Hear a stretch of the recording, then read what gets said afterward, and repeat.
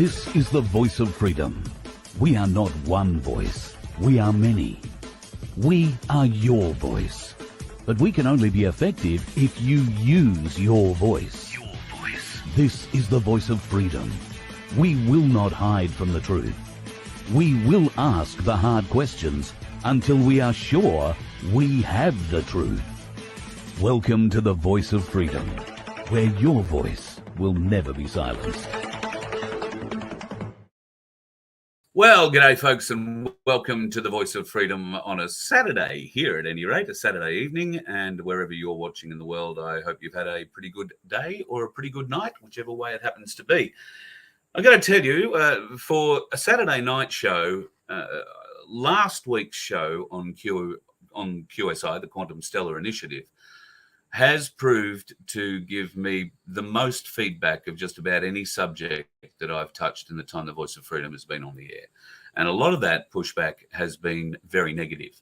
So I was alerted to your feelings about it and your concerns about it. And in the endeavour of asking quite a few of your questions tonight, I have some lined up.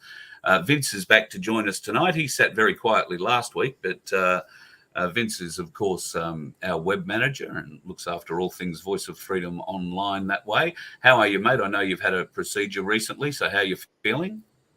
A little purple. You can sort of see the arm there, but yeah. Well, yeah. Going well, mate. Going well. I will not be so quiet tonight, so I may interrupt you a few times. No, feel free. Feel free. I've too had some education from some people who've come from the Bitcoin realm. So there's a few questions from them, and I have a ton of questions from you. So without further ado, let's get into it tonight. Good evening, Jane from QSI. How are you? I'm great. Thanks, Carl. Thanks for having us here. Much appreciated. Look, lovely to have you back. I've got so many questions for you, and I know we haven't discussed, any of the questions really, and I know that you're looking forward to sinking your teeth into them, and the cranker is on board as well, so we shouldn't struggle getting any answers anywhere anyhow. Good evening, Jim, or should I say to you at least very, very early good morning, because it's a little after 2:30 in the morning where you are. Well, thank you for having us again, and I thank all the Australian audience and the rest of the people that are going to watch this video tonight. So I'm welcoming the opportunity to bring more information to everyone. Well, I think that's probably the greatest desire here. We always spoke of this being a segment about education. It's not about selling anything or pointing people in the direction of buying stuff. It's about making sure they understand what it is they're buying, I guess. At least that's where I thought it was going to be going. But then I started getting reactions like this one, which is pretty interesting, from Peggy Sue. Tell us why you think you have the right to say this and how it will be. How dare you think you can track us, and how dare you tell us we will list all our assets? I guess this gets back to what I'm now learning from the terminology is a centralized digital coin. Would I be fair in saying that part's right, Jim?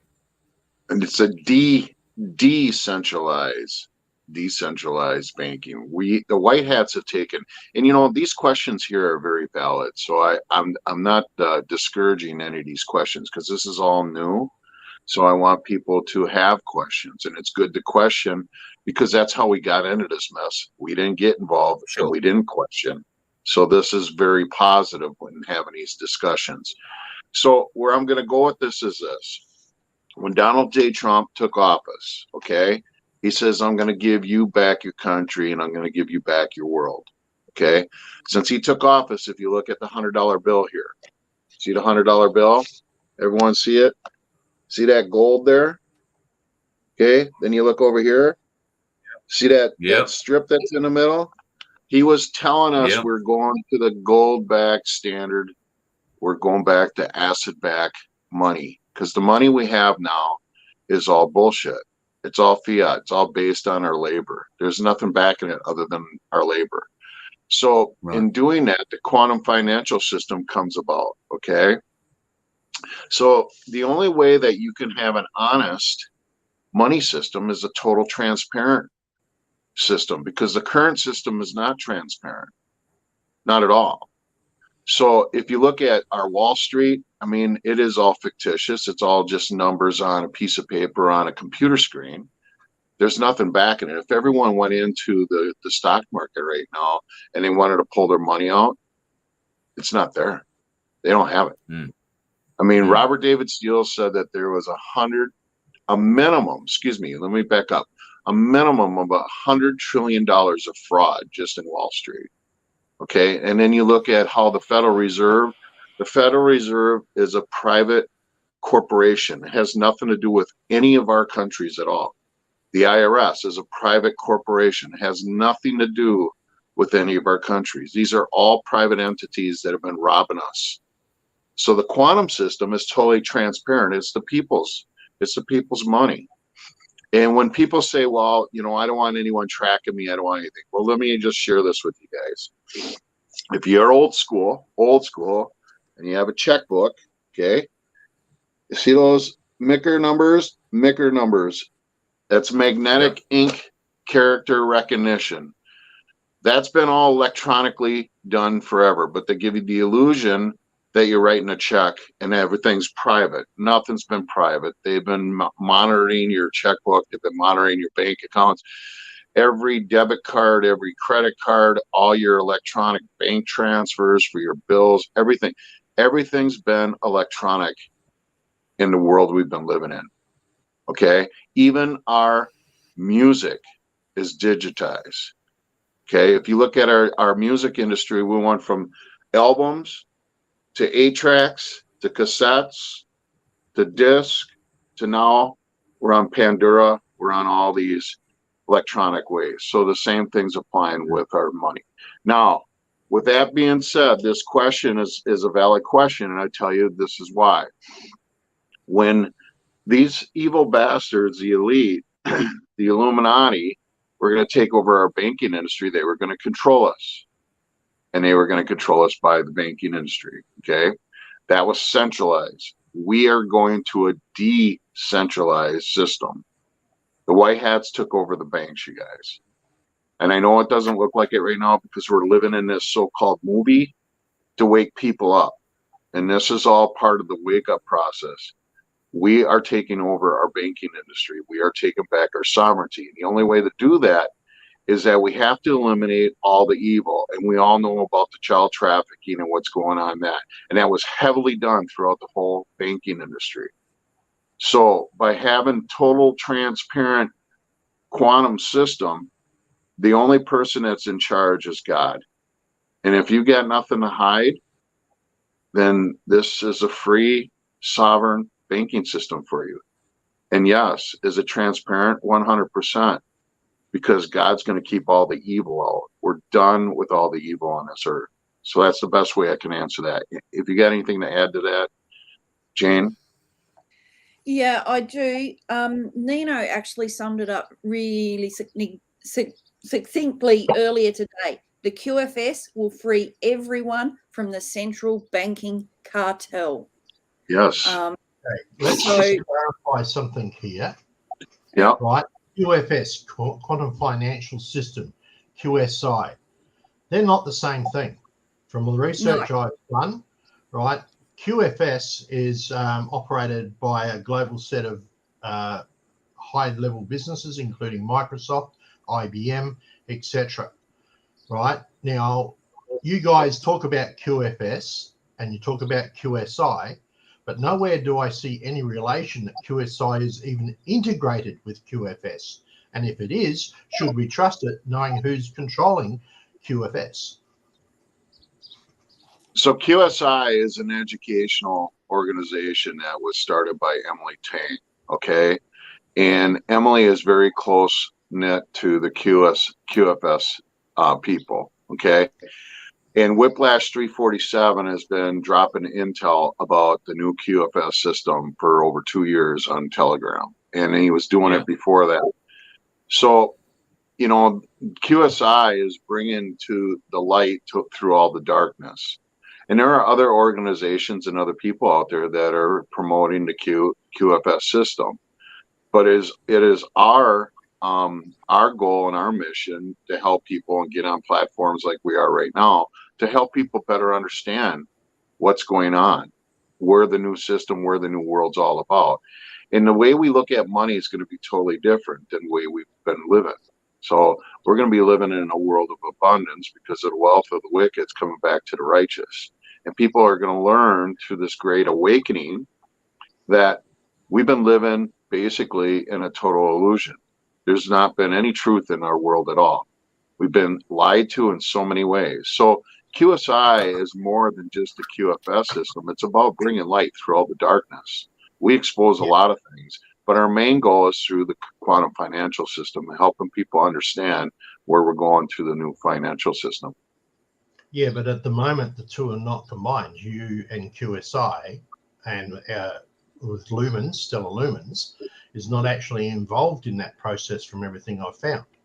So, and the second question being, everybody's distrustful of big corporations and governments, right? So we know that the QFS is big corporation and government. It's minus the central digital bank currency, or central bank digital currency. But so you see what I'm trying to, I just want to get a clear distinction for our viewers about where you stand in this QFS/QSI partnership. We're bringing you the information of the new quantum financial system. And if you go back to President Trump's inauguration speech, it's all about sovereignty. And the quantum financial system gives you sovereignty. It gives you back your power.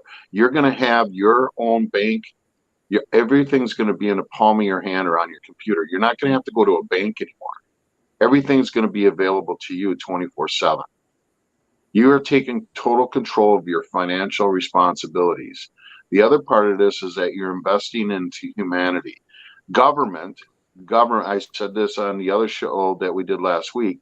Government means means control. Means your mind. Yeah, okay? We understand that. We understand that, but let's try and keep this out.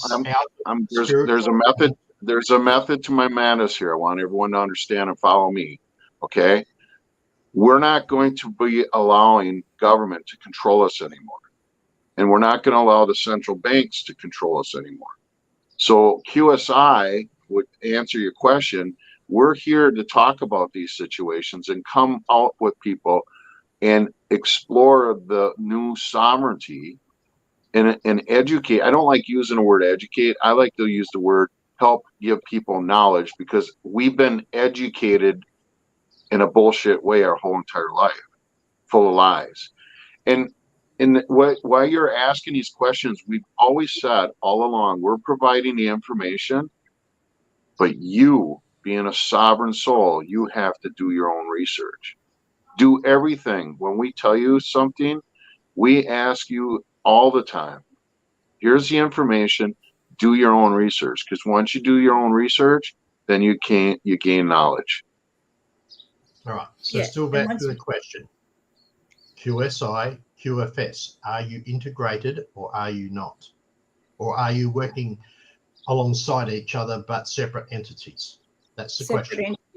Separate entities. Just like I said, we're just providing the information that you do your own research, you become your own sovereign, you do your own work, but we're just working alongside QFS to bring people the information. And then once we give you the information, go, don't trust Gene, right? Go do your own research. Back to you, Carl. All right. I've got a question that was sent in to us, well, one of quite a few, in fact. This one's from Peter. Do you have any references such as an audit, and do you know where the gold is being held to back XMR? I think you said last week that XMR is backed by gold, Stellar is backed by silver. Also wants to know if there is a similar audit for Stellar being backed by silver, showing how much liquidity is available and where it's being kept safe. So all the precious metals have been, they're working from what I've studied and what I've researched. I don't have the actual facts, so I don't think anyone does but the Q team. but all the countries are all going to have asset-backed currency. Now, when that says asset-backed, that doesn't necessarily mean it's precious metals. It could be backed by oil. It could be backed by agriculture. It could be backed by diamonds. It could be backed by whatever commodity is in that country. So not all the currency is going to be backed by a precious metal. So that's the answer to that question.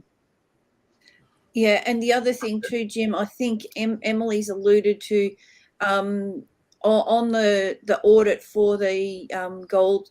I think I heard or read somewhere earlier today it was 600 odd planes left the Vatican filled with the gold that they found there. As for the actual total number or amount, I think that the Q team has that, and it's probably still subject to an NDA, so a non-disclosure agreement. Yeah, it's in the quadrillions, you guys. Yeah, Quadrillions. but it's also not something that you guys have access to, or XRP Access to. can rank as a status. So at the moment, to say that these are backed by is really not quite truthful. Say that again. He didn't come through. I heard some background noise. Yeah, sorry. Okay, so digital assets work in the process that you're going to wrap. Say a bar of gold is going to be worth a digital asset, and that asset is tied to that bar of gold. But at the moment, that's not the case with anything like XRP or lumens or whatever. There are a few digital currencies that say they have that, but at the moment, I can't see that evidence anywhere else. Well, all these coins that you're talking about are ISO certified. So, I mean, those assets are backed by a commodity. They are backed 100%. So if you haven't found that out, we can provide you that information. And the other thing is if you go through our education, our new classroom, you can see all the maps and how the QFS is consistently works. You know, you can see how the new money system is going to flow throughout the mapping system. So I highly encourage everyone to go to QSI and go through our education system, and it breaks down everything that you're asking right now. And for all those people that are asking those questions, all the proofs are right there. Right, you are. Gene, did you bring, excuse me a second, Carl. Gene, did you bring Emily's slideshow? Yes, Carl has that. I have that. Yep. Yeah, that'll help. That will definitely help. Just while I'm bringing that up. Just while I'm bringing that up, I've got a question from a mate in Victoria, from Greenie. Will people get the deed to the land that they own or are paying off under this new system? That is my understanding. Yes, they will. I mean, that's the part that people don't, that we're going to be discovering, is that all your land deeds, your mortgages are going to be forgiven. Everything that's been done to us has been a complete lie. So your deeds are now going to come into your name. They're not going to be owned by the crown anymore. Okay, but is that that's part of the QFS system or part of QSI? No, that's part of the Act of 1871 that we took down the crown. So, you know, just so people understand this, there's been three pillars that have been running the whole entire world. That's Parliament in London, Vatican City, and Washington, D.C. Yeah. Okay? The crown is, everyone needs to understand this. Every country throughout the whole entire land was turned into a corporation, including the four of us at birth. We were turned into a corporation with our birth certificate. So this all goes back to the Act of 1871, and then it goes back to when we were turned into a corporation. Now we're taking back our sovereignty. We're starting to come, we're coming into being a sovereign country, being sovereign citizens. I should say sovereign souls, not a sovereign citizen. There's a big difference between a sovereign citizen and a sovereign soul. A sovereign citizen is still a slave. A citizen's a slave of the corporation. A soul is God-given. We are all born with God-given rights. And that's what we're taking back, is our God-given rights. Yep. Carry on, Carl.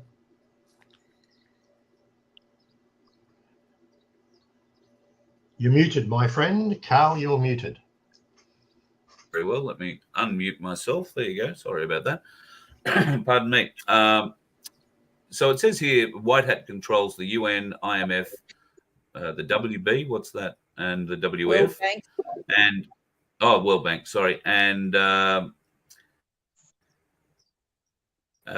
central WEF. bank digitalized coins. So these would be the Currency. Would be the Currency. Yeah, the WF. And the currency that's currently being spoken about by so many financial institutions here in Australia, at least. Jim, you're probably not aware, but our Reserve Bank governor has been under pressure recently in our Senate Estimates Committee, which is a bit for you like a Congress investigation, I guess, and trying to figure out why our interest rates are going up and up and up and up and up, and have been nearly, I think it's gone up close to 10% in the last 12 or 18 months. So they're under a bit of pressure at the moment. We've been told that they're broke. We've been told, I think they've admitted that they're broke. Why is it still working? Why is it still being ground along like this? If the White Hats have control of everything, why are we doing this? We're They living need in to a. self-implode. Go ahead, Jane. Go ahead, Jane. They need to self-implode for the people to see, because not everyone is at the same stage of awake as what we are, and not everyone in our population understands that the RBA is broke. Go, Jim. Yeah, That's true. so we're living in a duality, and unfortunately, the amount of people, like Jane says, are not awake. And Q has always said, you cannot tell them, you have to show them. And, this whole system, a good offense in the art of war is a good defense. So what you do is you just let them keep imploding their own system. And that's what we're seeing right before our eyes. All right. What are we seeing here? The timeline of quantum events. In 2018, we see Q1, the World Bank begins writing paper on blockchain opportunities. In 2019, in January, the World Bank paper adds DLT and publishes. August, Trump signs National Quantum Initiative. Then we've got 2020, the IMF hires Sailor. I'm not sure that there'll be a connection to that further through. August, they record 650 billion. What is SDR, Jim? I've forgotten it. My brain's gone dead. I can't see. I'm on my phone because my computer is down, so I can't see the screen. It's so small. So it's 650 billion SDR. It says...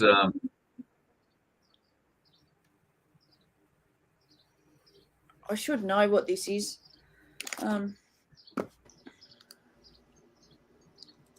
So August record 650 billion SDR. Beneath that, August IMF payment infrastructure for innovative technologies and DLT. SDR, Google told me special drawing rights. Okay.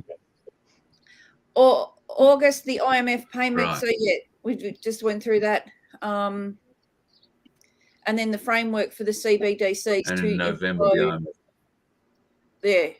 and then so that's to employ the central banks from within. So they're going to implode themselves. So effectively, the CBDCs, they've taken what was going to be bad and black hat and cabal, and they're bringing it over here and giving it the white hat version, which is for good, to actually bring down the central banks for all to see their nefarious activities and what they were doing. So, and in 2021, in July, the WEF features XRP, Stellar, and Algo in publications of theirs. In December, 10-country cyber hack and black swan market crash simulation. So for what's coming. So there is a market crash coming. They simulated it back in December of 2021. 2022, Ripple presents at the WEF. June, the WEF needs to change strategies moving forward. October, WEF partners with Stellar, and that's in documents from the WEF. December UN beta test Stella. And Okay, in can we stop there for a 2023, sec? Can we yep, stop there for a sec? So we, all us freedom fighters, etc., understand that the World Economic Forum is not our friend. And yet you're saying here, Ripple presents at the World Economic Forum, June, World Economic Forum needs to change their targets moving forward. Then partners with Stella. The World Economic Forum partners with Stella. Can you see now how there's going to be confusion to people who are listening to this?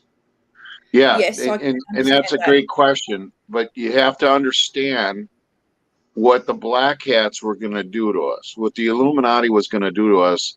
We took what they were going to do to us. When I say we, the white hats, the alliance, they took it and they made it good. They reversed it on them. It's like a wrestling match. Realize that, but we're talking about the World Economic Forum, and we know they haven't changed. Well, Stellar was at the World Economic Forum, and Stellar presented itself. Schwab. So, say that again. Along with Klaus Schwab. So Klaus Schwab's gone. Klaus Schwab wasn't in Davos. No one was there. They're gone. They're gone. Eliminated. What you're watching right now, let me just finish, please, because this is really important that people hear this, okay? If you do your research, you will find out that these people have been taken out. What you're seeing right now is body doubles. It's a movie. This is the best and the most incredible world sting operation of all time. All right? If none of this is true, if Hillary Clinton and the black hats were still in charge like you're thinking, this conversation wouldn't even be happening. That's a true statement. If you read the Agenda 2021, if you read the Agenda 25 and the Agenda 30, we wouldn't even be having this conversation right now. So people got to think. Use your head. You got to use your noggin. And then the biggest part about this is this. You have to get out of the 3D thinking of where things were and where we are. Yeah, let's not go down the 3D, 4D, 5D path. Well, it's important. Hold on a second. Hold on a second. Hold on a second. You have to. Because if you stay in the 3D thinking, you're never going to follow to what we are right now. Because that's an old world. We're going away from it. See this flag behind me? This is really important, you guys. Yep. If we're going to come to a time where we're not going to be recognized by our flag, we're going to be recognized as brothers and sisters of God, not recognized by a corporation or a country. God didn't create countries. God created all of us. And eventually that's going to go bye-bye. We're going to become kingdoms. We're going to be brothers and sisters of God. And that's where we're at with this. We're going into a new world, you guys. It's not even close to what we've been living in. So when you say, let's not go down the ascension, that's not true, because that's where we're going. We are ascending out of the 3D matrix. We're leaving the illusions and the lies that we've been living in. Yeah, that's really important that people understand that. I understand that, and I'm not denying those options are there or the ability to move. But what I'm saying is that 90% of the audience that's going to watch this is still 3D. They need assistance moving that way, and talking about a 5D subject or God or whatever is literally just going to throw all the walls up. So let's get back to something that they can use. Well, I understand that, but it's our job to bring them along. We can't stay in that. We can't stay in we can't stay in a world of lies. We've been living in lies. Everything we've been living in is a lie, right down to our education system, our court system, our banking system, our food system. That's all part of the ascension, is leaving all that bullshit behind. It's really important people understand that. Just going on the very simple thing, one of the things I am as Christian, and I believe in God, okay? So please understand me. I'm not having a shot at you for that reason. I am being, if you want, a little bit of a devil's advocate today, because I'm asking questions that the public will probably ask. But there was one thing I always loved so much about a lot of the Christian churches and stuff that we went to, was the God will drop it in your lap mentality. That's not how God works. So in this situation, you're asking people to have faith. Faith is brilliant, but let's start backing it up with information, with facts, with stuff on how they see this transposition going, with along the lines of, for instance, it's not just going to be one digital currency that's for everybody.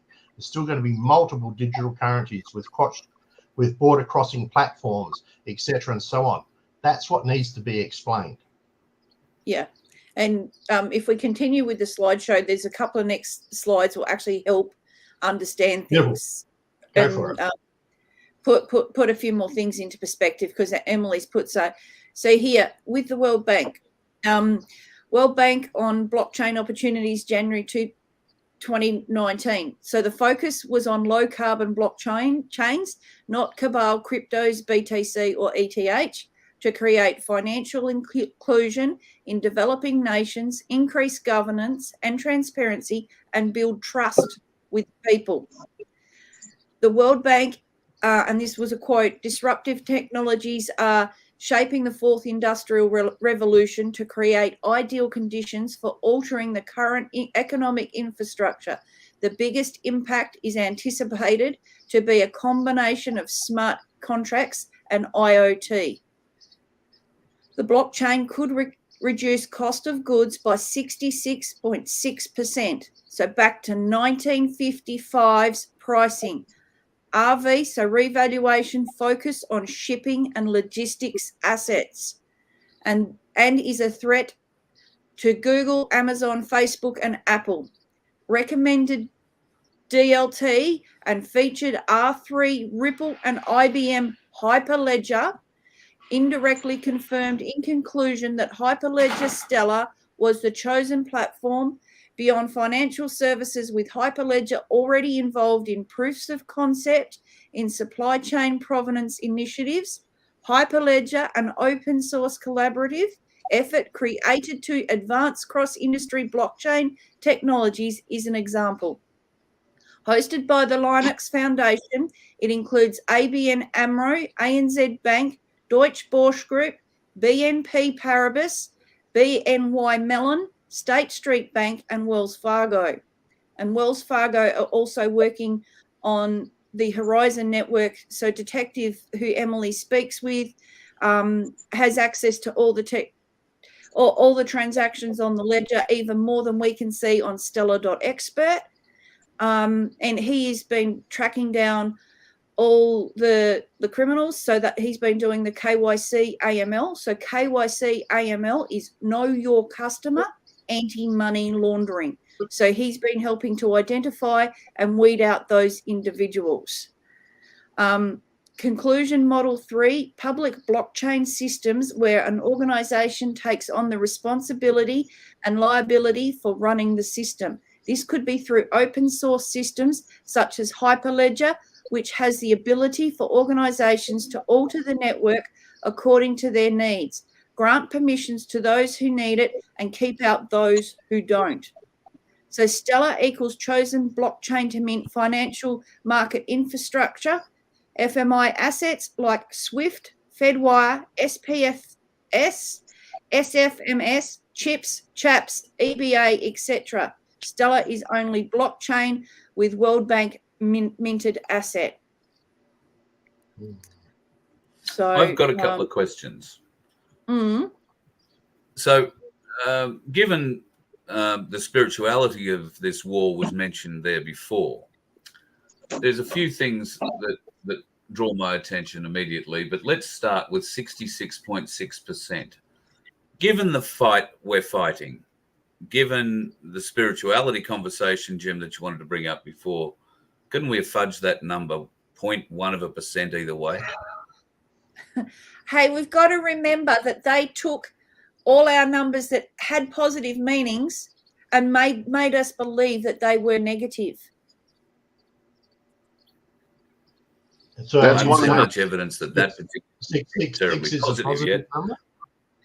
I know, it looks a bit funny, doesn't it? Jim? So this is the duality that we're talking about in this war. We have to take what they made ugly and we have to turn it beautiful.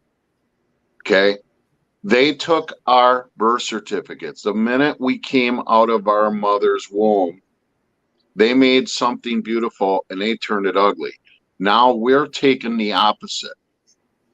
We are taking what they turn ugly and we're turning it back into godly. We're turning it into beautiful. The same thing applies in everything. The symbolism, the numbers, all their bullshit. We're saying we ain't doing this no more. We ain't allowing it to happen no more. And part of this whole thing, this with the financial system, is that there's systems that they already created that we're just taking over and we're modifying. So there's a big difference between centralized and decentralized. This is all decentralized. The centralized was the evil central bank system.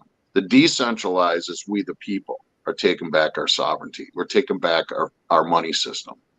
So if you look at our dollar bill, if you take that off the screen, Carl, because I want everyone to see this, please. Take that slideshow off the screen. If you look at this right here, you see that? Anyone see that? Ah, yes, it's the wonderful pyramid with the eye. Yep. This is what we're doing to it. We're putting the people on top. It's not going to be like this anymore. It's going to be like this. And we're getting rid of that eye. We, the people, are going, we're going to have the power. That's what we're doing right now. That's exactly what we're doing. So where the confusion seems to lie then is that in our discussion last week, it sounded like XMR and XLM were going to be centralized digital currency. Now, whether that is something that is used, in international banking circles and whatnot, people have got the idea that we're going to lose access to cash and coin. I don't believe that's going to be the case. No. Just to clarify, it's XRP. XRP is back. XRP is backed by gold. XLM is backed by silver. XDC is backed by copper. Okay, XDC is going to be really the bridge behind everything that's going to work. But what people need to understand is that the rainbow currency is going to be coming out alongside with the digital assets, and there's going to be a transformation period where the cash is just going to keep going. It's going to be a rainbow currency, and that'll be your physical cash. The old cash is going away because it's got all kinds of demonic symbolism on it, and it's evil. So there'll be a transformation. What that period of time is going to be, whether it's 5 years, 10 years, 20 years, I don't know. But eventually it's going to be all digitized. And people really got to wrap their head around this. Everything we do is digitized. Everything we do is on a computer. All your banking you have right now, and this is the biggest part of this ascension that I'm talking about, you guys, is living in fear. And I'm sounding very direct right now. I'm not yelling at you. I'm trying to get you to think. Everything they've done to us is controlling us by fear. Don't live in fear.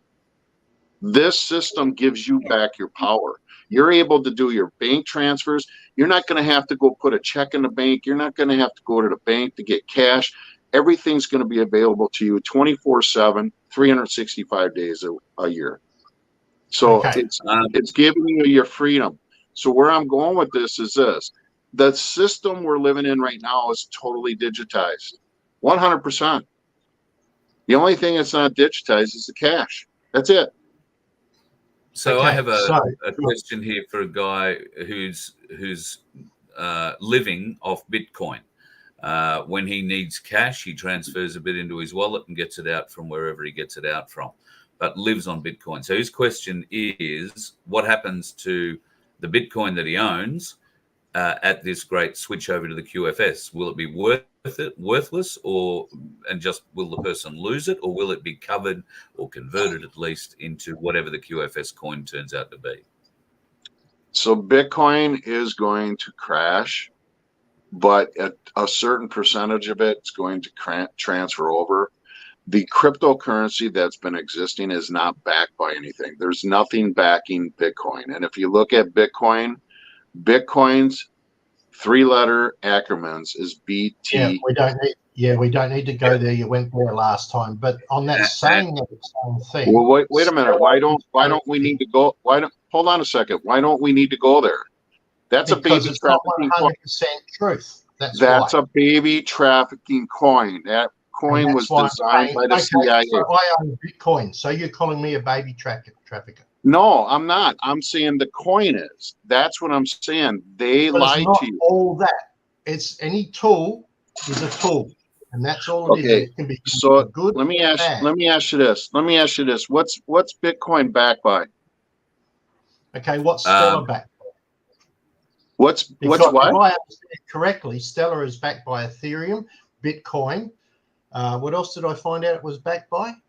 But that's how when ISO was first started for Stellar, that's what it was made in. Bitcoin and Ethereum was where the money came from. Now, you may have converted that to gold and silver, which I haven't seen proof of yet. I did say I was playing devil's advocate, guys. Sorry.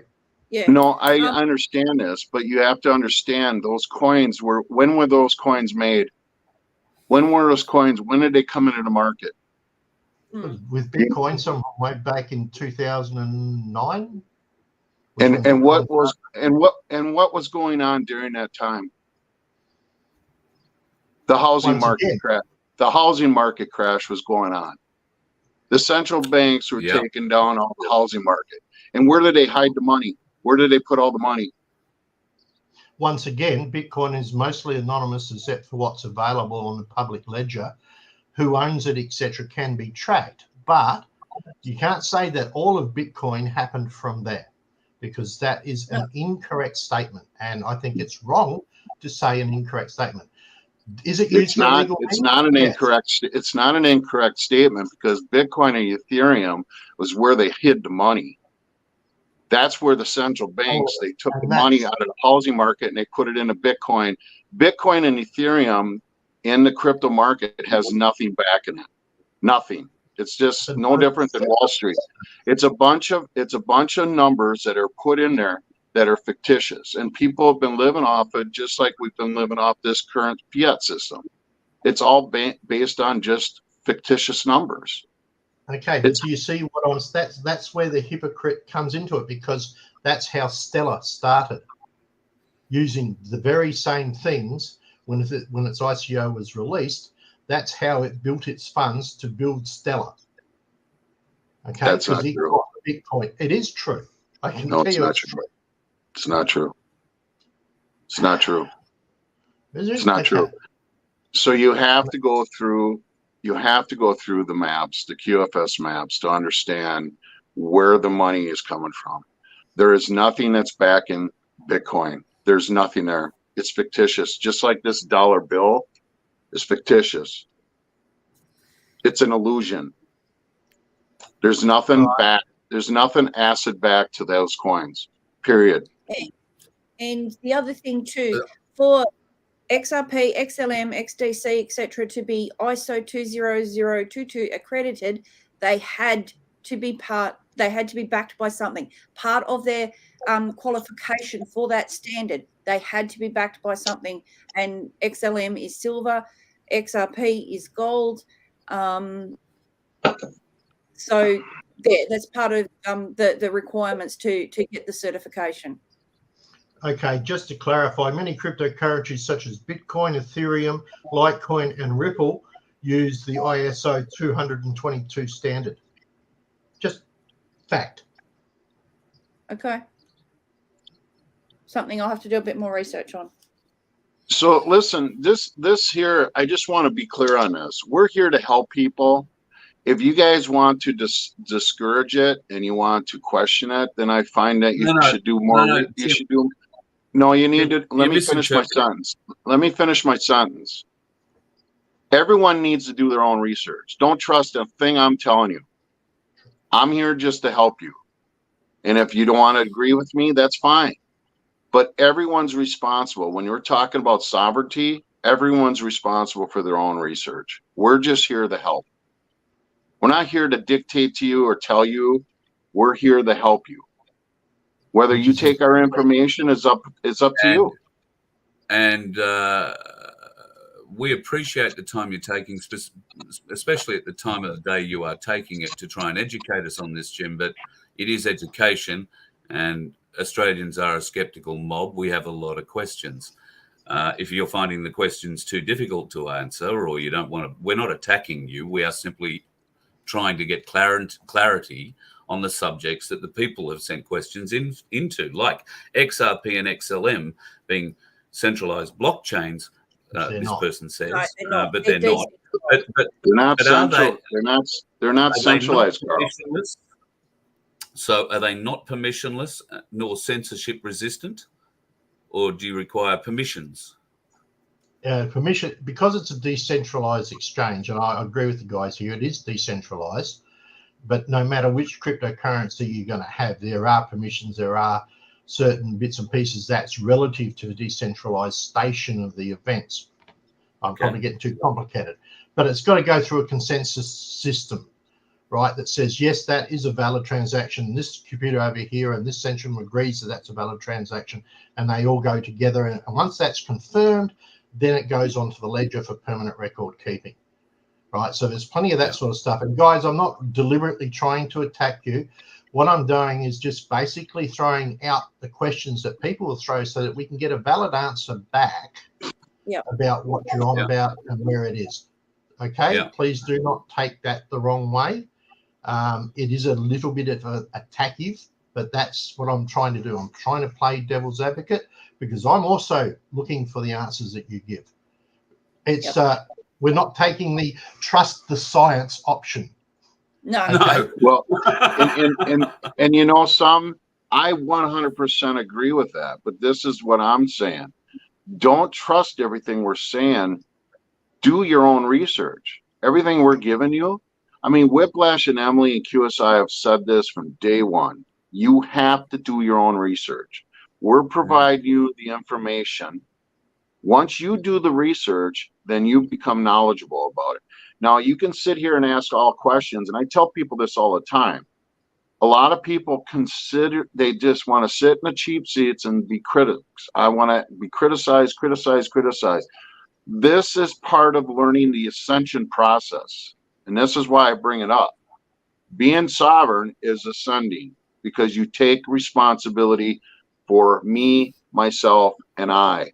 And don't rely on Jim and Carl and the rest of the people on this panel. We're here to give you information. Then you have to take that information and you got to do your own research on it. You got to come up with your own. Learn. I am as dumb as the back end of a dog when it comes to this, right? And I am trying very hard to learn. I've looked at a lot of the QSI information. I've had, I don't know how many hours of education on the other side of it from Bitcoin people over the course of this last week or so. I find it immensely interesting and yet immensely challenging all at the same time. And what you are seeing in our chat and in some of the questions that I think Vince is asking rightly on behalf of the people is that we don't trust the science. And me particularly, I don't understand much of anything. Now, last week we talked about Lobster a great deal. And how Lobster was a great wallet. Now, during the week, Emily and I did speak about that. I was getting a lot of feedback that Lobster was a bad wallet. It was not safe or not secure or whatever it is in the digital world. And then I learned a little bit of the history of Lobster from Jane. So, Jane, can you tell that story again, please? Because a lot of people are very concerned about the wallet that we talked about last week. Yeah, with Lobster, the two developers of Lobster were Khazarians and are Khazarians. They have been arrested by the White Hats. They are in the process of being dealt with or have already been dealt with because that happened last year in the last quarter of last year, I believe. And there was a big announcement made in regards to their arrest and disclosure of information. So it was a declassification of information in regards to their activities on Lobster. So there were some assets that they were using to help generate income, like YXLM, YUSDC, YETH, and YBTC, that were so if you held the Stellar version of those assets, you were getting an APY on those Y assets. Okay, just sorry, acronym APY, so people understand what Annual APY means. payment yield. Thank you. So you were getting an APY on them, but since or just prior to the announcement of their arrest, the rates dropped dramatically. So they weren't as lucrative as they had been. There have been developments of new assets on Elon Stellar that have dramatically increased the returns. But yeah, they were arrested for their nefarious deeds. They were laundering money, child trafficking, you name it, they were in it. So they've been caught. There was declassification on that, and there's plenty of posts in regards to that on Telegram. So Lobster is now under white hat control. If it's not General Flynn's unit, it will be the Russian military. Okay, interesting. Okay. Yeah, that is interesting. Or a combination of both, probably. But yeah, it'll be one or the other, or both. One more question from the chat. If I can find it, I've just scrolled past the bloody thing. Not to worry, I'll come back to that. Would you like to go back to your prez? I can scroll that up to, as long as I can bring that one down. Oops, sorry. I'm sharing two screens here, but you're only seeing one of them. So it makes some of the documents I'm looking at difficult to find. So give me one moment and I will. Well, while you're looking for that, Carl, yeah. The assets, part of Lobster is the options, I believe, to buy certain assets of the cabal is something that's been promoted somewhere along the lines of some of the set of videos and stuff that I've watched, like parts of being able to buy assets of Ford that's been seized, etc., and so on. Is that actually correct or is that incorrect? Yes, that is correct. Those assets, to our understanding, are on the Indus.exchange for various countries. So yes, Australia does have au.indus.exchange that will be run by the country, and that is these Indus.exchange assets are only available on Stellar. They're not available anywhere else. So whichever wallet you use or to trade assets on Stellar, whether it be Lobster, Lumendex, Scopely, Stellar Term, you will be able to find these assets through them. The other domain is swisscustody.org, and they are a lot of seized assets as well. You've also on swisscustody.org, you've got your sovereign gold bonds out of India, as well as Errors, which is Rothschild's real estate, and then you've got Queenie's assets. So all seized assets that are on swisscustody.org.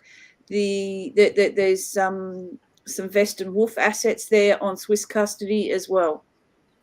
Okay, we're probably going to need some links to those pages because I couldn't get there. No, you won't. They won't come up on a web search. Purely and simply, when the internet's going to crash and it's going to come back on Starlink. So because Project Odin is going to crash the internet and wipe it all out, and the monetary system will come back with a new system. So therefore they haven't uploaded the websites. They will upload them post-event, because why would you upload a new website when you're going to crash onto the old system when you're going to crash it? Okay, so that immediately raises the question, right? If I go through and I take the punt and I go onto the Lobster wallet and I say buy 1 million assets in Ford Motor Company, how can I prove that I do actually own that stuff if I've got no way of verifying it? You can check the validity of the TOML file on the asset through Stellar Expert, and there is a TOML file checker website, and I don't know that one off the top of my head, Aaron keeps giving it to me. The quorum leader in Western Australia keeps giving it to me. He knows that one off the top of his head. But there is a TOML checker to be able to check under swisscustody.org, there's various assets to be able to check the code as to which company it's registered to. So say it was Ford, it'll come up with a Ford Motor Company, but a lot of the assets at the moment, you might be able to you can still get 1 billion assets for one XLM, and at the moment, one XLM is worth 9 cents US. Yeah. So I'm aware of that. So for a smarter investor, it's a really good idea. It's also a significant risk. Well, not significant. I mean, you buy 100, use $90 and buy 10 billion. So it's a really good way if the people are aware of what's happening to increase their worth exponentially. But it's also a great way for somebody who is not human related or not looking after humanity to do the same thing and then use that money to their advantage. Yeah, and those people will be identified, and that's part of the KYC AML. So anyone that is caught doing nefarious deeds, that's why the clawback feature is enabled on all assets, that those people, so that they can be clawed back. Thank you for that answer. Just before we go on, David's got a question. The power went off. I think David's in Tasmania. Went off for a couple of hours today. Couldn't buy fuel, milk, or a loaf of bread without cash. That assumedly won't change. We'll just have rainbow currency. With the power, there's been a lot of technologies that have been hidden from us. Tesla Energy, for one, which is free energy, and the power going off will not be an issue because energy comes from the ether. Yep. So go and have a little bit of a research on Tesla Energy, and you'll see what I'm talking about. Challenge with Tesla Energy at this stage is our current circuitry won't handle it. It'll blow up. Yeah. So there's going to be a lot of changes, and it's not going to happen over. You mean our computers will blow up if we connect to the ether? Correct, because it's passed through the air, and resistance and capacitance is relative to how a machine operates. It will overload the resistance and the capacitors and the chips, the microchips, etc., because there will be no regulated current voltage control or amperage control. I'm actually an IT person, so I do all that sort of stuff. Yeah. That's why we will have rainbow currency for a period of time until those issues can be addressed. Harvey Norman's in for another windfall then. New laptops, new TVs, new everything. Yep. Give me Tesla technology as soon as you can, please. Yeah. So. Now, would you like me to blow this up, or have you got somewhere you'd like me to go to on your IMF display? I probably should have put it up on my computer, but Jim, you've done a lot of these with Emily of late. Was there anything specific that she called on this one for the IMF? I can't see anything because I can't pull it up on my computer. So it's on my phone, and so it's like, even still, it's like, it's really tiny. I can't even see it. It's all blurry to me. Something about it was about Sailor. Director of Strategy of Policy. Do you know about that one? Yeah, the portfolio, 50 billion. I didn't hear it because there was multiple people talking. So please ask me the question again. Jane, read it, please. It was Sailor to become director of the IMF Strategy Policy and Review Department. She was expected to assume her role on September 15th, 2020. She oversaw a portfolio of nearly 30 billion of operational and policy work and advisory engagements in the WBG global practices of finance, competitiveness and innovation, macroeconomics, trade and investment, governance and poverty and equity. She also had management responsibility for more than 2,200 staff in 138 countries, including 30 fragile and conflict-affected states. She was also in charge of the work on the financial sector regulation and supervision and crisis management. She also worked as assistant director in the European department and was the mission chief for Ukraine. So, yeah. So she sounds like she's eminently qualified. Yeah. There was something else she said about that, but yeah, IMF payment infrastructure for innovative technologies and DLT, August 2020, and IMF legal framework for CBDCs, November 2020. IMF CBDC could be the next milestone in the evolution of money, promoted DLT and highlighted R3, both Quarter and Conclave, Ripple and IBM Ledger. Stellar signed partnership with Hyperledger in 2018, 2 years before IMF papers. The mandated central bank legal reform in order to accommodate CBDC's ability to create legal tender. Ability to issue currency equals core element of sovereign power. The IMF concluded CFTC needed to strengthen its rule approval process and resources. Stellar is only blockchain with IMF and UN minted assets. I've got to ask, what do you mean by that? As in US minted assets? UN minted assets. So, yeah, because I mean, anybody can mint a coin. That's an asset yes. on that blockchain. So it doesn't even backed by anything. So is there some other asset that we're not aware of? There are some UN assets on Stellar. I think Project Bluebeam is one of them, which is under white hat control and being used for good. And there are some other UN assets, and I can't think what they are off the top of my head because I don't personally have them in my wallet. I know my daughter's got one or two, but that's her thing, and I just leave her to it. So, and once again, we're back to sorry, Jane. Once again, we're back to the International Monetary Fund, which are we to understand that is now being taken over by white hats, because it certainly wasn't before. No, it definitely is now. Question from Darren Bergworth, who runs a very large community organisation and growing that we're very happy to be part of here at the Voice of Freedom, Jim, called My Place.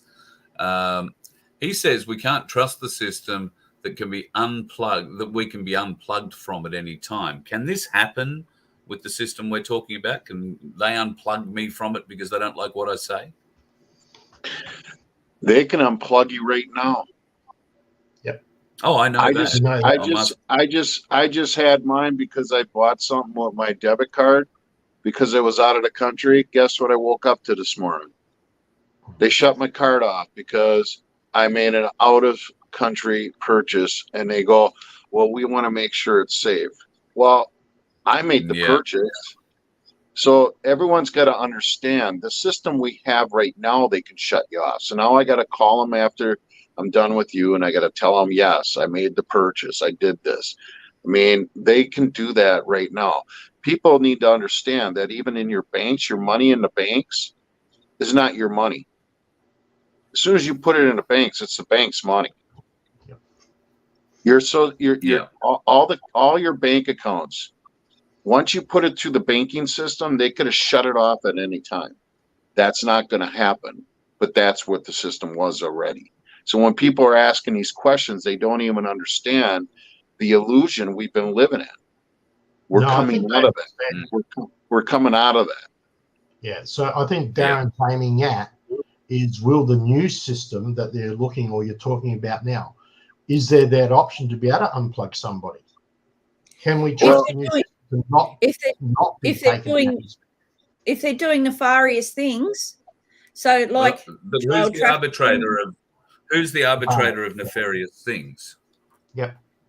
I mean, okay, if you're running around robbing banks or people are doing no good, I understand. But our current Victorian state government is doing a trial on how far you travel every day, every week, and very shortly a 15-minute city could well be coming very close to you. Now, if they decide that I can't travel outside that 15 minutes, and I do, is that a nefarious deed? No. Go, Jim. All right. So this is all part of what I was trying to explain before.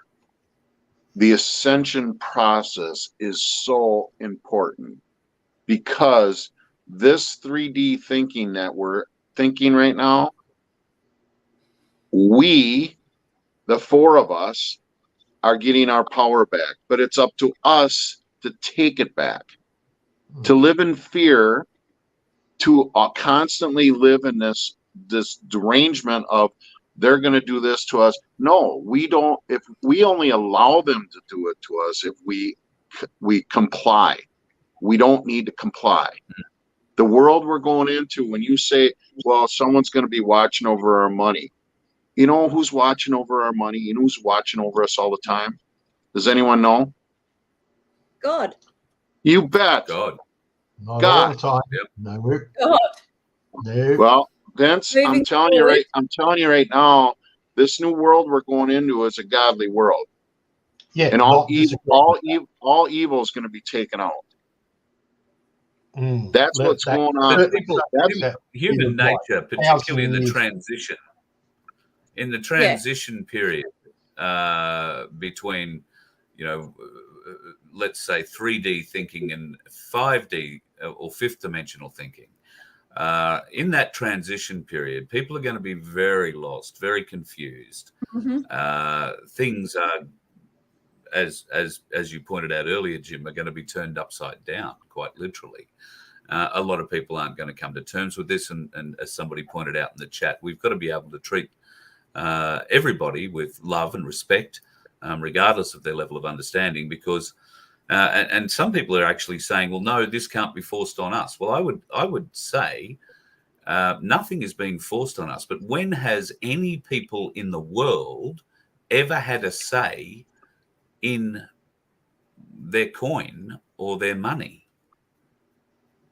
With the new system, they're going to be in control because you're going to become your own bank. So you will be in control of your abundance.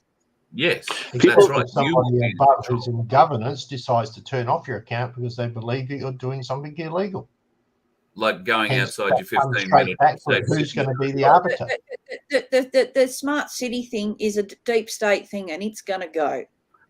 I'm only using it as relative to this question. I want to know who the arbiter will be. We say the people, so I'm all for common law. I'm all for Magna Carta 1215 and trial by jury.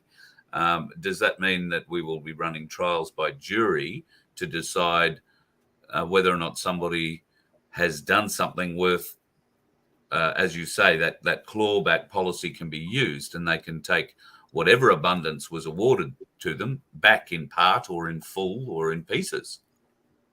If you're not a criminal and you're not doing evil things, you don't have anything to worry about. That's the bottom line. That's a very generic type statement. I know a person that got arrested. That's Vince, that's God's law. That's common law.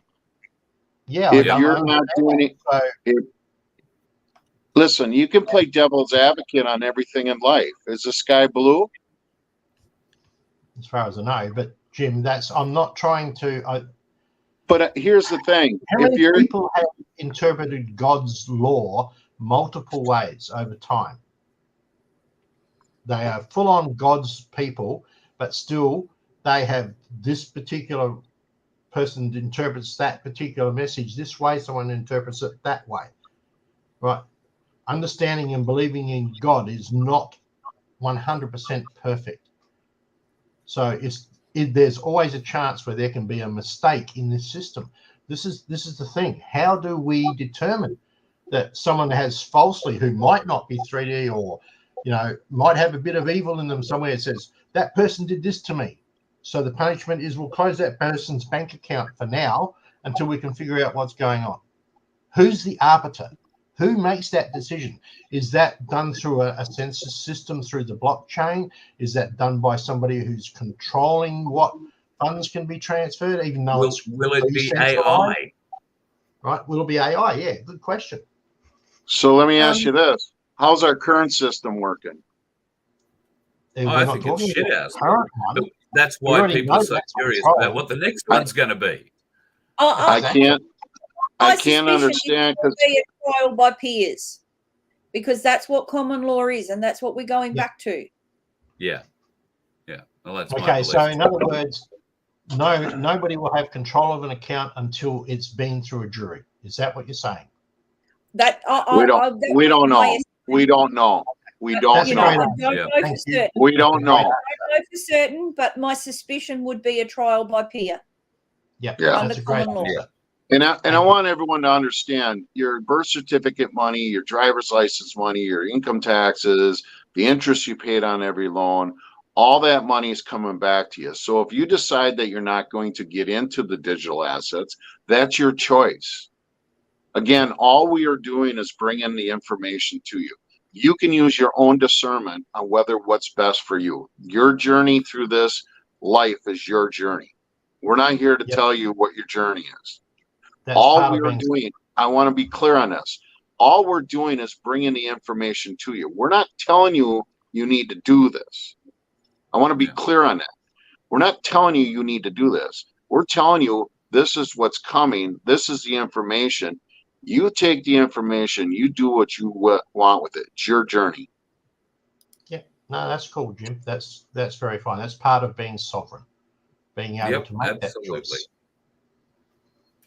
So you got more questions? All right, back to you. No, I thought we'd better get back into the presentation. We've been going a while, and I think we're only not even halfway through it yet. So I do apologise for that.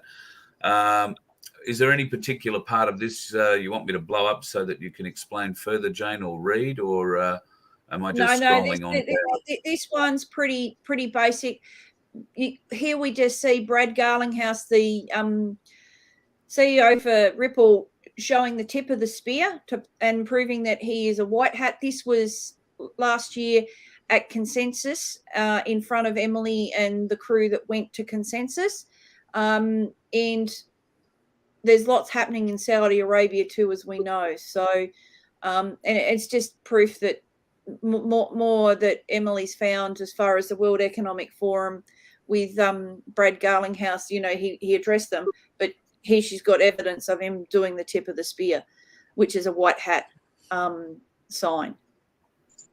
Is it? Because I've never, ever heard that sign called tip of the spear. It has always been an inverted pyramid and the sign of the Illuminati. No. Once again, if you do your research, you would find out that it has always been the tip of the spear. Okay. The Illuminati is this.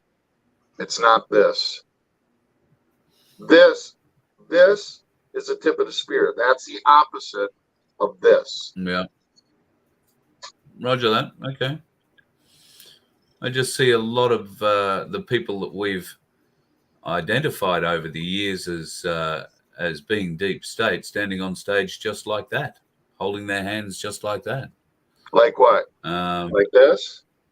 No, like that guy is the tip like of the this? spear. Yeah. So, yeah. I might be wrong, but when I first saw this, I did a double take. It was a bit like the 66.6%. I sort of did a double take at that as well. So, How many times? Yeah. All right. I accept what you're saying. It's the tip of the spear. How many times? This is what I'm talking about right here. You got the pyramid right there. Yeah. Then you have give it a good shake. Give it a good shake and see if you can get those 3 owls to fall out of it as well, will you? I'd rather burn it. I'd rather use it for kindling to start my fireplace. Yeah, I hear you. So sorry, Jane, I've got you off track. Do you want to keep explaining? Yeah, no. So and then there was further evidence that from Twitter posts and whatnot that Soros and Klaus Schwab were not going to be at Davos. So and WEF meeting to the WEF meeting in Davos. So yeah. Didn't one of them eventually turn up, or at least a clone of them, briefly? Oh, probably a clone, and it might have been in front of a green screen. Because I think someone saw some reporters that were supposedly live at Davos had their Davos screen fall down, and it was just a green screen behind them. They were actually in the studio with the green screen. Not helpful. Avi Yemeni, they ain't. Yep. All right. So Stella advises CFTC. What the hell is CFTC? Jim, you can do CFTC. God, I gotta look it up. Central Financial Trading Coin, did I guess? I gotta look it up. CFTC, didn't you say commodity something the other day? Commodity futures. There it is. Commodity futures. Yeah. Yes. You guys got to remember, it's 3:30 in the morning here. You're doing great. So, you are. So according to an announcement from official Twitter account of the blockchain-based distributed ledger network Stellar Lumens, the Stellar Development Foundation, SDF, will be joining the Global Market Advisory Committee of the Commodity Futures Trading Commission, or the CFTC. The announcement is huge, as it's a chance for the foundation to lend a crypto-native perspective to the committee as it seeks advice on opportunities and challenges in the global market space. Carl, Community Future Trading Commission. Community Futures Trading Commission. So, yeah. All right. Well, that's got a word in it we like around here. I'd like to get more definition on the whole thing. The Commission's decision to include crypto market players. Oh, yeah, righto. So that's just saying that they're getting in. Yep. And That's approval the process. where she found that. Yeah. Oh, this is one that people are claiming is a deep state favourite, the universal basic income. Can you explain this a little more to us?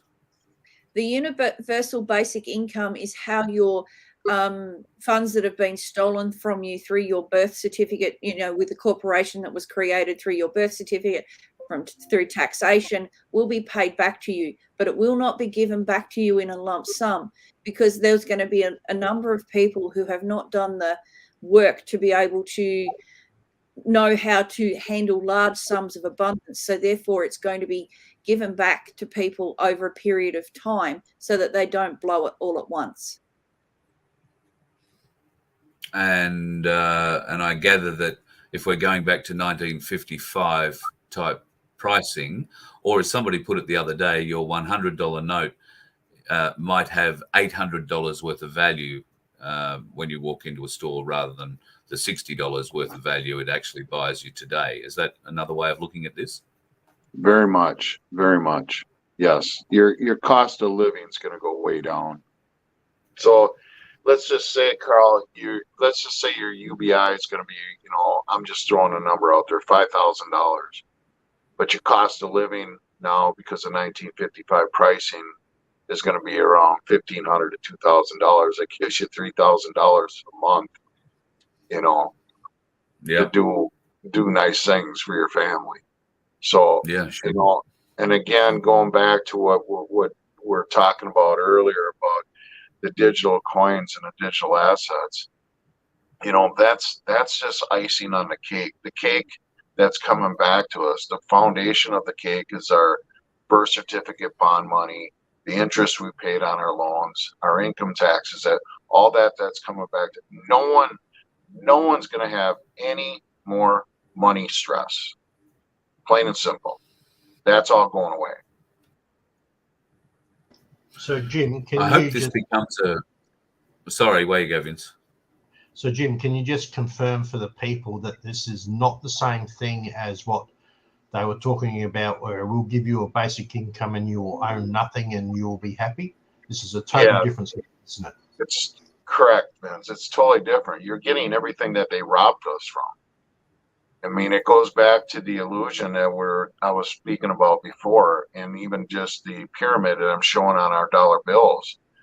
I mean, they're telling us front and center that they're ruling over us. They put it right on our current, our notes. I mean, these are notes. It says right on the top, it says Federal Reserve note. It's debt.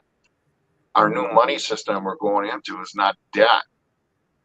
It's asset backed. We walk around with this currency. I could have a pocket full of this and I think I'm rich. I'm not. It's a note. It's all debt. So all that's been stolen from us is all coming back to us. So You know, when we get into the lobster wallet, you get into all these assets. That's all cream. That's all the icing on the cake. The actual money that's coming back to us is everything that they stole from us. Yeah. And it goes even back, even further in Afghans. It goes back to, I believe you're going to be able to go one generation back. So if your mother and father have passed, that that'll be divided up amongst your siblings and come back to you too, because they paid into the system. And correct me if I'm wrong, but I think it goes all the way back to 1933 is where it goes back to. Yeah, I think you're right. Yeah. I've just been reading on this page here that the UBI beta test, which began December last year, apparently in Ukraine, but can be adapted worldwide. It confirms eligibility and distributes assistance in Circle Internet Financial's US digital coin or US dollar coin, a stable coin where the US digital coin is equal to $1, directly into a recipient's Stellar wallet, which they can then download on a smartphone. So now we've got it on our smartphone. This provides a secure place to hold and transport your funds in USDC, a stable store of value, allowing people to travel within a country or cross borders without the need to carry cash. What happens if I'm getting off the plane, I'm coming to visit you, Jim, and I get off the plane in Minneapolis and I drop my phone and smash it? That's a great question, but you're going to have a debit card that goes along with your phone. You're going to have you're going to have a debit card that links up to your account.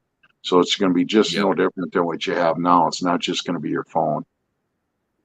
Beautiful. Okay. Yeah. And so recipients can then choose to convert whatever that digital coin currency will be into cash, whether it is Australian dollars, euros, whatever you need for the local economy that you happen to be in. And and MoneyGram is something that is being touted at the moment. I don't even know. Is MoneyGram in Australia? If so, probably not. Sparse. Yes. It's sparse, if nothing else.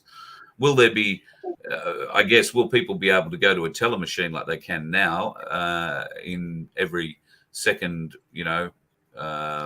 convenience store or the odd bank that's still left on the street?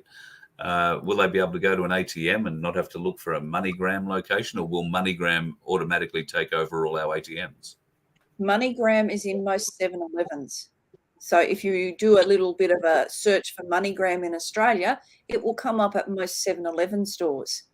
Some of the operators aren't very well versed in how to on and off ramp funds through Lobster, but you do it. You have to initiate the transaction in Lobster under USDC. So the USDC you saw there on the screen. And you can on or off ramp. And when you go into a MoneyGram to onboard funds, you are sending. So yeah. Is there a cost to me either way, putting money in, taking money out? No. Not until the first 12 months with MoneyGram's arrangement with Stellar, it was free, and I believe that expires in about July. So at the moment, it is free to use. I do believe there will be a cost moving forward after that, but we'll just have to wait and see what they announce afterwards.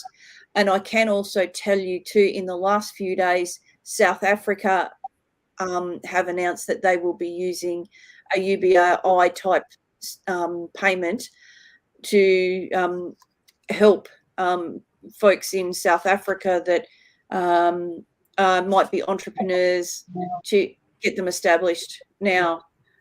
So that's only very new. So there's not a lot of information on it, but it has been announced in the last couple of days.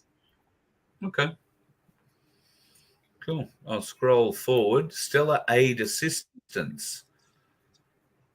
Okay. SDF presentation at the CFTC GMAC. Don't know what that is. On Stellar Aid Asset, prepping the committee for the UBI. Millions of users anywhere in the world, including unbanked. What is an unbanked user? A lot of people in Africa do not have bank accounts, so they are what's known as the unbanked. They barter, they may have cash, but they physically do not have a bank account because some of their communities don't even have banks in them. or they don't Okay. have the funds to operate a bank account. Presuming brings that up- Africa's immigration policy is going to mirror Australia's, there's going to be a lot of Indians traveling to Africa soon to open up 7-Elevens with MoneyGrams in them.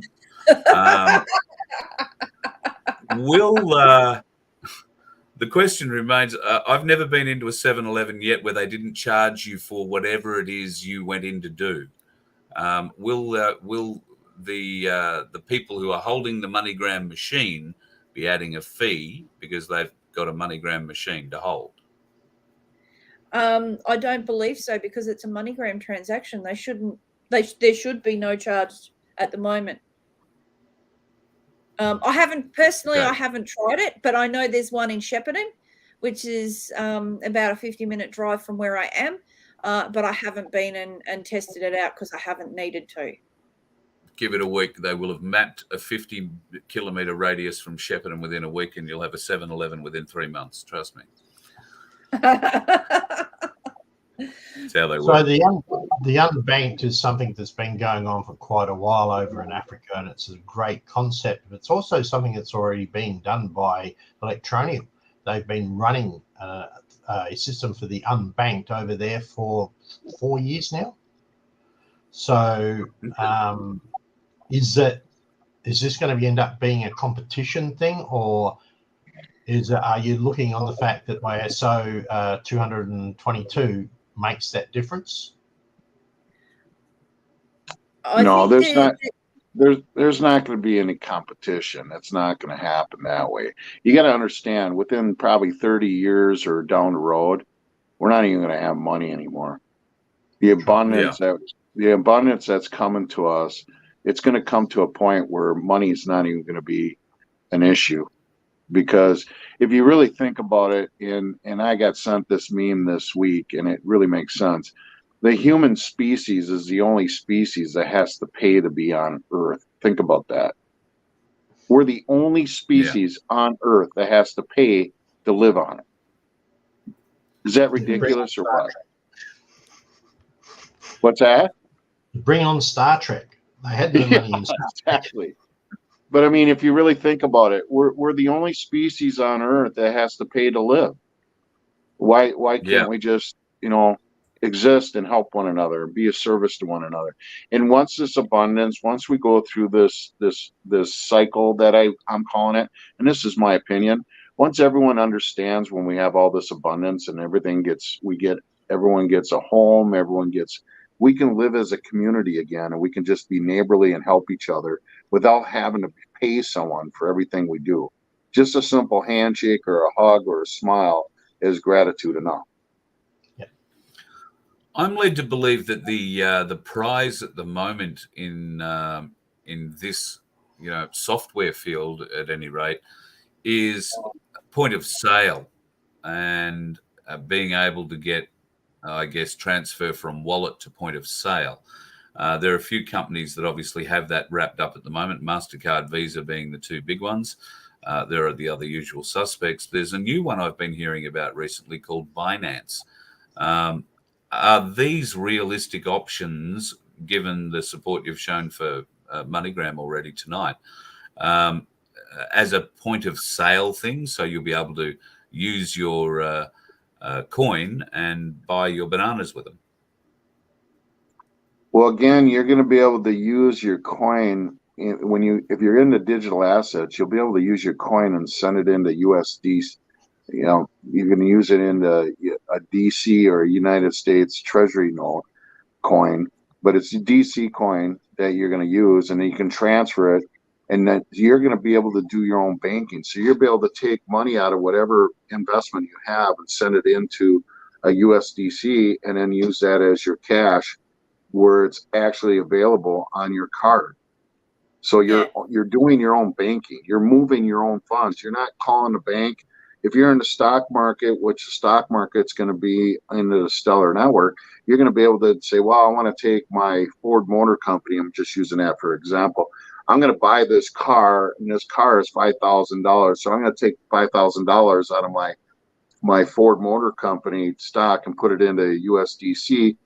And then now it's available to put onto my card, or I can transfer it into that person's account and that transaction can happen right there, right from consumer to the merchant, without having any of the banks touch that money. Yeah. Understanding that already there are cryptocurrencies out there at the moment that you can do that with, where you can transfer it straight onto your credit card and tap your credit card. That's already functioning now. A lot of people aren't aware of it, but there's quite a few that can do that. Yeah. Correct. Yes. Yep. And it's All pretty right, simple, right? It's pretty simple, right, Vince? Yeah. Yeah, it Yeah. is. And the transfer doesn't take long at all. I think we said last week there's over 100 million transfers happening a second, was it, or a minute, around the world at the moment. Yeah, a second, right? Over 100 million and increasing on a daily basis. That's so inside Stella's network. And that's not including everything else. Yeah. Yeah. I sent my friend in Brazil, I sent her some XLM and XRP, and she got it within like 3 to 5 seconds. I said, "Oh, just sent it to you. It should get there right about." She goes, "I got it," just like that. Yeah, That's amazing. And like, it's amazing. I sent some coins to Jim because he couldn't find the asset to be able to add the trust line. So I sent him a few so that he could claim those as a pending transaction and then add the trust line so that he could add that asset. And he had them sitting in his pending transactions within seconds. Yep. Yeah, right. Well, mind you, the banks are doing something similar now, where I could send money to Carl instantly. So the Oscars. it's already a function that's out there. So moving on to CBDCs, the pros. Yeah, so we've got lower fees, faster transactions, smart contract automation can be used in other sectors, reduces payment fraud, promotes financial inclusion, increases competition amongst banks and financial services providers, removes financial middlemen, increases privacy and anonymity. Now, what she got? I've got a question about increasing competition among banks and financial service providers. We're led to believe the white hats and usury is illegal in most parts of the world. We've been bashed with it. That's why we're going to get that sort of money back. How are the banks going to be competitive? All they're really going to be able to do is help facilitate the exchange of rainbow currency into digital and vice versa. They're not going to be able to go interest rates. What competition will banks be offering us? There's not going to be any. No. That's what we're saying. There's not going to be any competition at all. The banks are being totally. They're going to slowly dissolve away. They're just going to be nothing more. What you just said. They're just going to be exchange centers with coffee shop. You get a donut or an orange or an apple or a banana and sit down and get your currency and visit with your neighbor. That's basically what they're going to become. Yeah. Okay. A little coffee shop. Before you move on, a question on the one that most people are going to ask about is increased privacy and anonymity. So if for people who are not 100% au fait with how wallets work, etc., you have two sets of keys. One's called a public key, one's called a private key. The public key will allow anybody to look at your wallet and determine what amount is in there. The private key is what allows you to transfer, move any of those assets anywhere else around the world. So how does a person keep their privacy even now, even with Bitcoin or with XRM or whatever, XMR, sorry, which is the best privacy coin?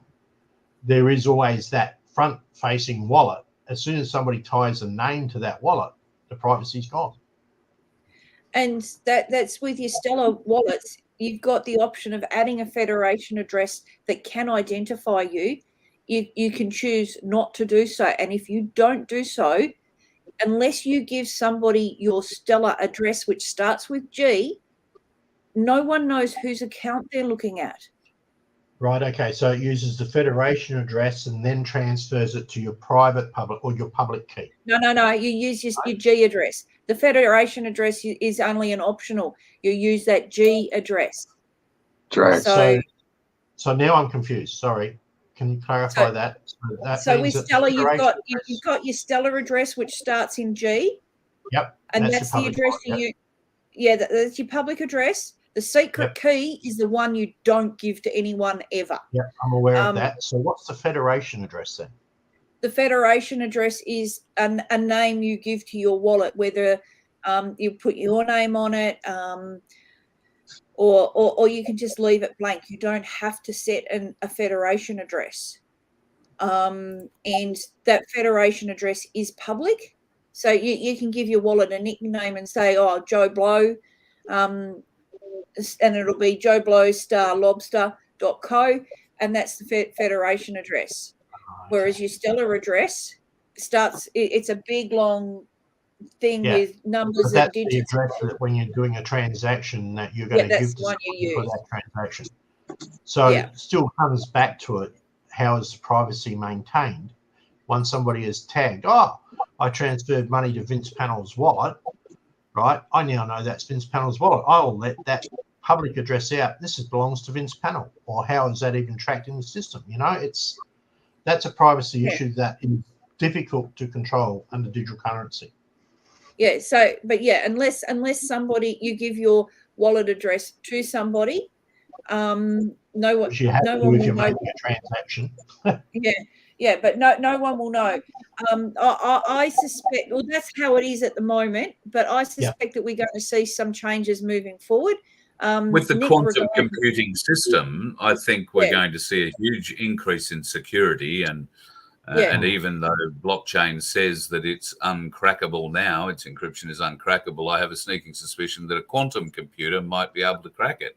So it is going to need, I think it's a given that the security, while we can surmise what it might be, we have no real understanding of what quantum computing power is able to do yet.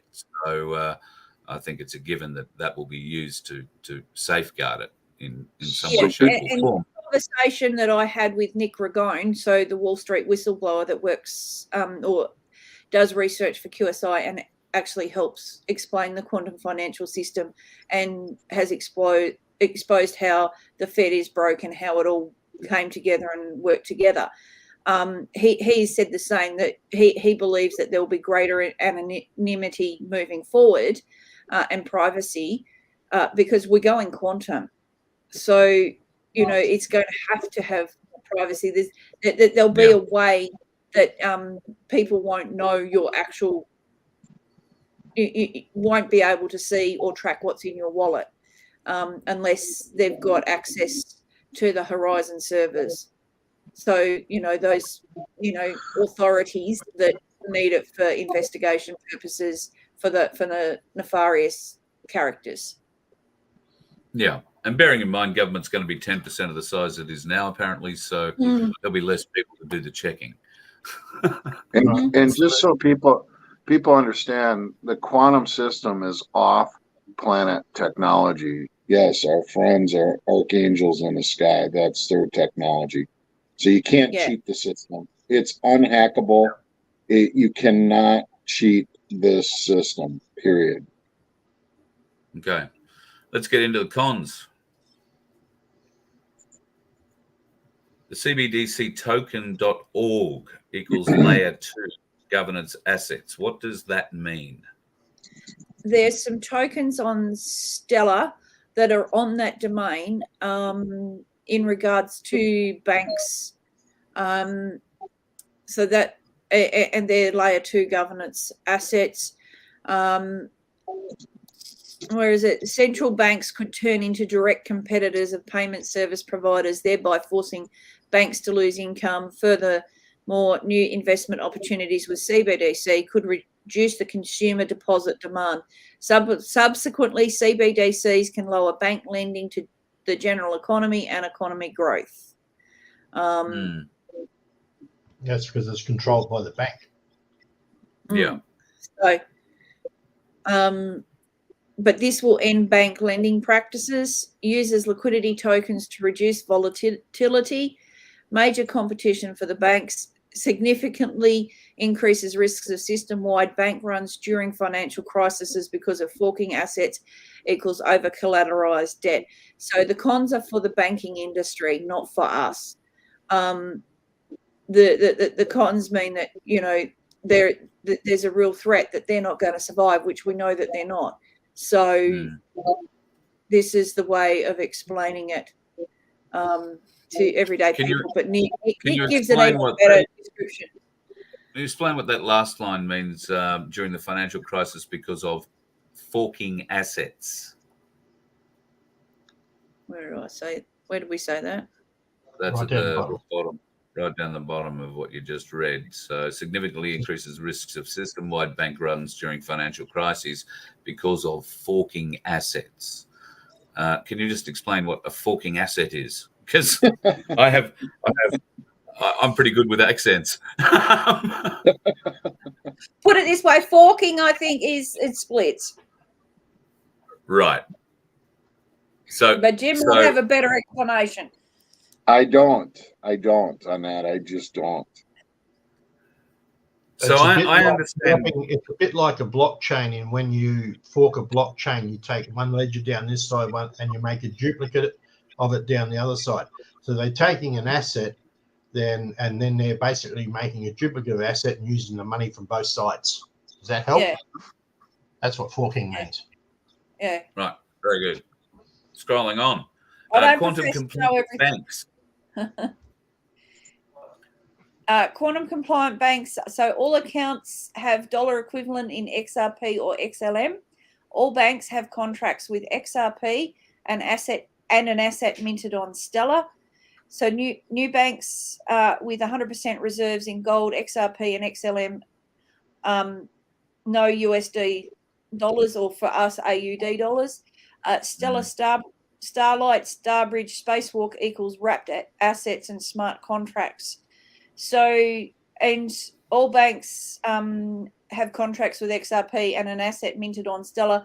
Those are the ones that are SPIA compliant. So SPIA, which means Stellar Protocol Integrity Audit. So they've had to pass through that and sign up to SPIA in order to be able to mint an asset on Stellar. The only one of our Australian banks that I have seen publicly announce that they are minting an asset is the NAB. They're the only ones that I've seen any public acknowledgement. So if we understand that correctly, what you're saying is that if I, as a user, wanted to put an asset into my Stellar wallet or whatever, I would have to confirm that that asset exists before it could be wrapped. Is that correct? Correct. Which also gives me the choice to not bother putting my asset in there at all. Yeah, buyer beware kind of thing. Right. Beautiful. Hope that answers that. A lot of people are asking on the chats about they're not going to do anything to do digital. They just want to live in a cash-based society. What's going to happen to those people? Yeah. Well, the cash is going to be a transition. And, it goes back to what we're talking about again. And folks, we're already living in a digital world. You're just not recognizing it.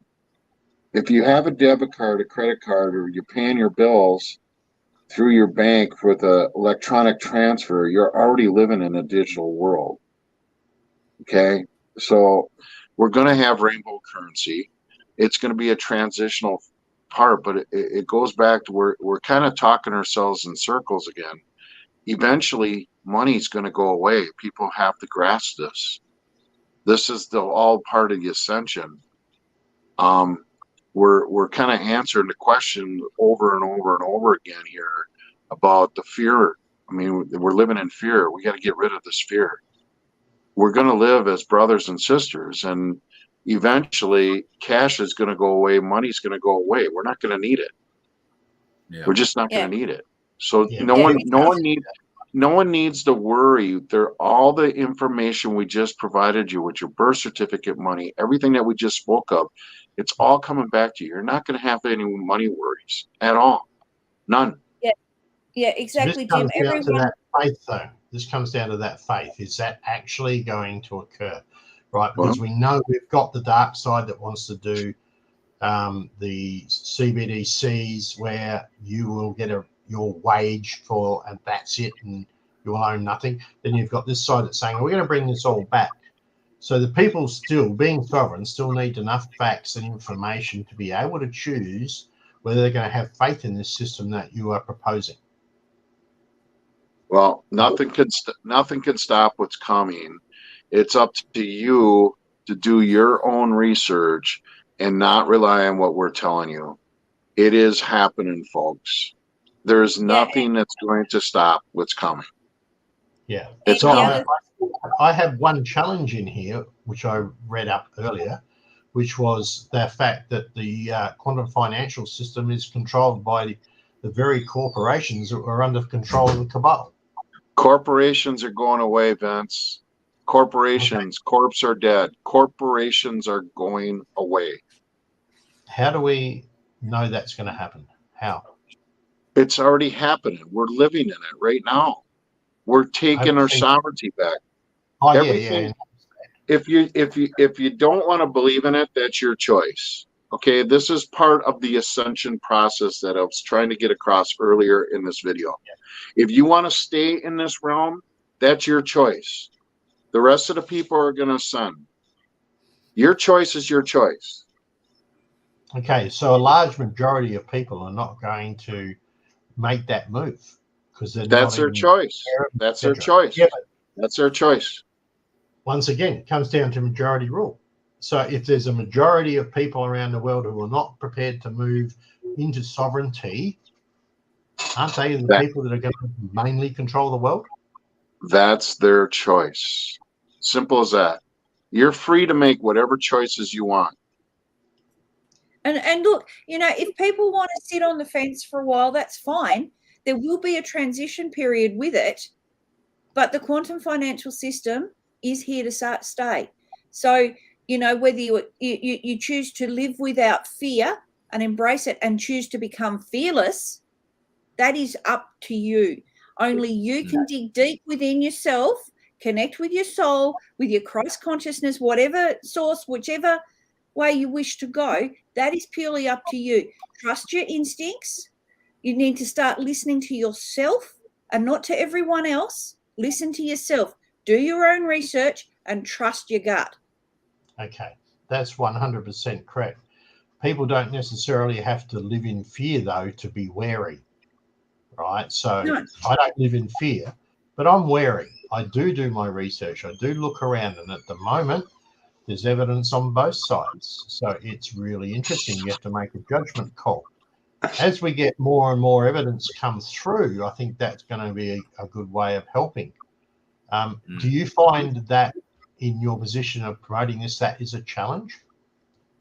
Oh, yeah, do you see banks closing?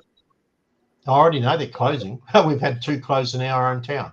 There you have it, right there. There's your proof. I already knew that part of it, but there's a lot of people that can't make that jump. Vince, we cannot control. It goes back to the 4 agreements. If you haven't read the 4 agreements, what other people think is none of our business.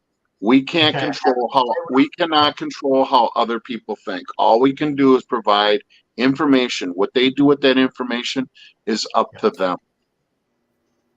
Okay, and yes, it is difficult to promote or to give out information on the QFS because, as some of us, or a majority, I don't know, a large number of us at QSI, well, everyone at QSI is aware that there's a lot of people are still under NDAs, so non-disclosure agreements. So therefore, not a lot of the information is readily available, or things are given to us, and we need to learn how to decode them and understand what is being said to us, but not being said to us.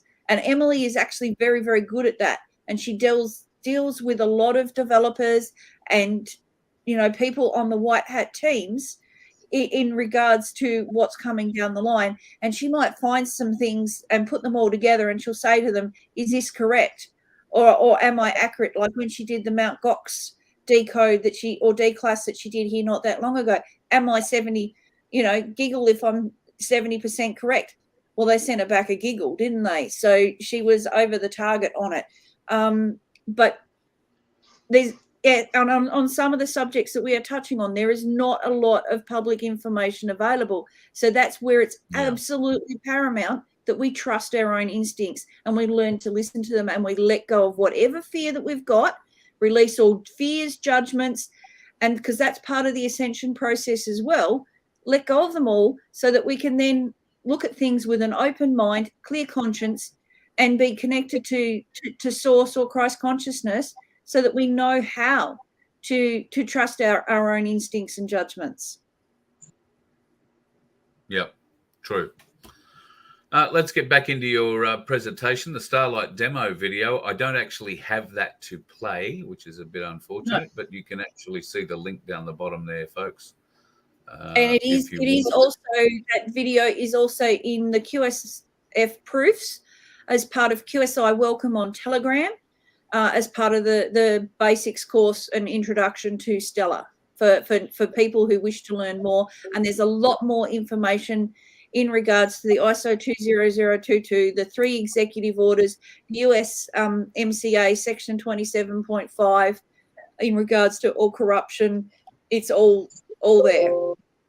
Okay, because there has been, speaking of corruption, there's been a lot of emails sent this week about this whole thing being scam. Like Charlie Ward's name was brought up, and I know Charlie has got 25 million followers or more at the moment.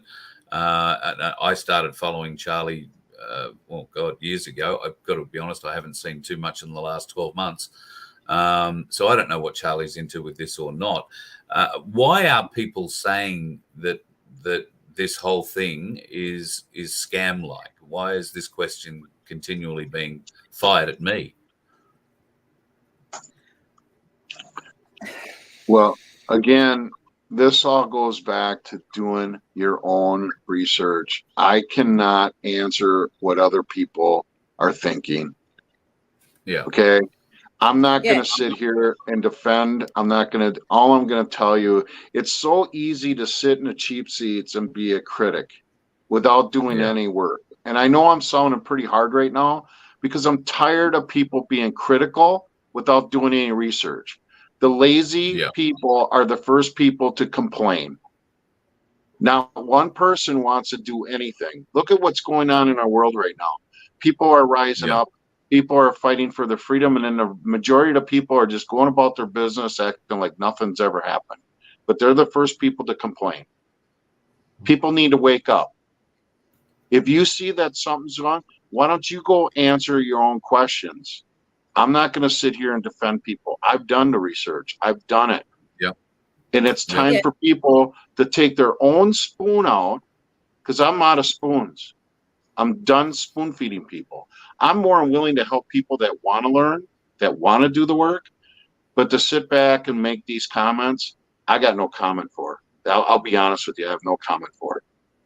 Yeah. And the other thing too that potentially makes it look scammy is the vast number of NDAs that are in place. And yes, Charlie is under an NDA. He is part of the RV process with the currencies, the physical currencies, like your Zims, your dinars, your dongs, those sorts of currencies.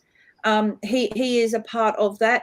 And he has said that when we see him go to South Africa, we'll know things are really starting to happen. He was still at home in the UK the other day. So when Jim and Emily were last speaking to him. So, and that was Wednesday US, Thursday our time. So, so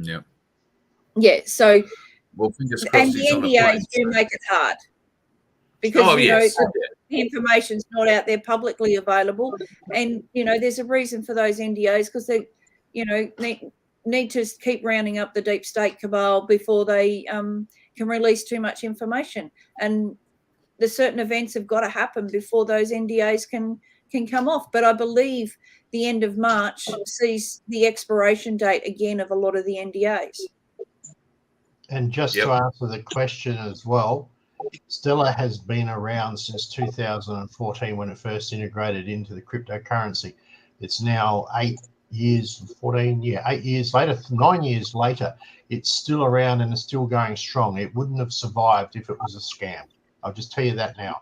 They might not all be in the right direction, but Stellar as an organisation has been around a while and has earned trust. Exactly. Yeah. That's just a fact. Spot on, Vince. Yeah. Somebody's getting very excited in the chat saying, you're telling us we have to. Nobody's telling you have to do anything. Not a Everybody's choice. been quite clear. You can be involved in this or you don't. You will still have cash. You will still have coins. And that's what a lot of people are saying. Oh, I'm going to keep my cash. Thanks. Well, great. You can do that. I don't know that there's any need to have a great song and dance about it. It's not that hard to understand. You can keep your cash. If you choose to go in and get involved with all of this digital coin and wallets and all that sort of stuff, well, that's your choice. If you choose not to, then that's your choice too. There's no point screaming at others if they want to make a different choice, or getting upset because nobody likes your choice, or nobody follows the choice you made. That choice might be right for you. Great, it's right for you. It may not be right for everyone.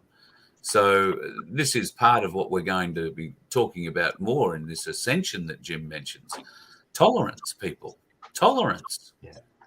Doesn't really matter what you say, think, or feel. Go off and do it. Nobody cares. But don't go trying to force it down somebody else's throat. Don't go screaming in the chat what you're going to do. Go off and do it. Because you can. Nobody's telling you you can't. All right. So to go with that, Carl, right? A smart person won't put all their eggs in the same basket. Yeah. Yeah, exactly. Okay, you're not going to just plant carrots and hope to live off carrots the rest of your life. Yeah, my understanding is that if you had $10 and you could go and put it into some of this digital coin and it all happens the way that we're being told it's going to happen, you stand to enrich yourself a little bit more with a bit of cream, as Jim put it. This isn't how you're going to get your abundance. This is just a bit of cream you can add to it if you want to. Yeah, exactly. So, and it's all about personal choice. You know what's right for you. What's right for me might not be right for the person next door or the guy down the street, but that's fine.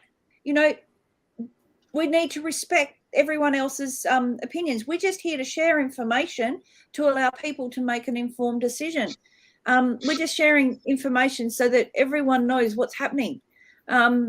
Because the more informed you are, the more likely you are to be able to make a fully informed decision and listen to your inner guidance, because your inner guidance is paramount.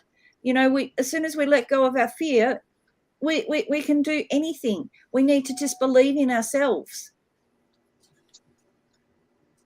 Yes, exactly. 100% believe in yourself and go off and do whatever yourself is telling you to do and thoroughly enjoy it. Stella Starbridge, tell us about that. What's this about? It's becoming an established interoperability layer between a wide variety of financial systems. Yeah, me and big words tonight are not doing well. With a growing number of Stellar anchors connecting fiat currencies with stable coins issued on Stellar. Today, users can redeem assets in their Stellar wallets off network for an actual dollar, peso, or another fiat currency in their pocket. Or more importantly, they can exchange between currencies at a faster rate and lower cost than they could on existing rails. Stellar partners with Pendulum and Flare. So Stellar partners, Pendulum and Flare are enabling access to other blockchains through the development of technologies bridging blockchain to blockchain. So CBDC is stablecoin plus government treasury, mints burns legal tender. Symmetrically bidirectional Stellar assets and Ethereum ERC20 tokens should be transferable in both directions with equal capabilities and functionality equals ETH 2.0. The account contract where assets are locked up will be controlled by a group of Star Bridge operators equals white hats. So, Starbridge is all about being able to bring coins from other blockchains onto Stellar. Right. Okay. Along I with understand Pendulum that. Flare. They're creating bridges to go between them all. And XDC is also a hybrid coin to do similar. So the CBDC managed by Treasury departments. Now, my eyes sort of opened up the first time I see that, but got to understand government will be changing. And whatever government it turns into, there will have to be some form of Treasury department that will have to set some form of monetary policy, I assume. Is that right, Jim? The Treasury Department in the United States was taken over. They all were arrested. They were audited, and they were taken over. So the white hats are running the Treasury right now. And the Treasury is now in Nevada. It's no longer in Washington, D.C. So the Treasury is totally 100% being managed by the white hats. Okay. So that takes us back to where we were at the start of the conversation with white hats controlling central bank digital coins and using them to bring the deep state down. The XLM equals liquidity token. Yeah, All originally right, we so- were told that it was a stable coin, but it's now being considered a liquidity token because of the amount of different types of assets that are being minted on Stellar, like commodities, real estate. My brain's going blank. I had all this What earlier. about things like cattle, sheep? You know, if you're a farmer, would you do it by the flock or by the individual animal or that sort of stuff? Commodities. Commodities. Well, beef's a commodity, isn't it? Maybe not. Yeah. Yes, it is. Yeah. It's It'll a commodity. be how you determine the contract. Yeah. Yeah, right. So smart contracts. So if you're going to do a contract of sale, it goes through. Yeah. Got anything further to add, Tim? Okay, is there XLM being the coin that will move in value or price? You're talking about a second CB, well, not a stable coin being created on the Stellar network. Is that correct? One that's equivalent to whatever might be a central bank digital currency, or which is equivalent to $1 now.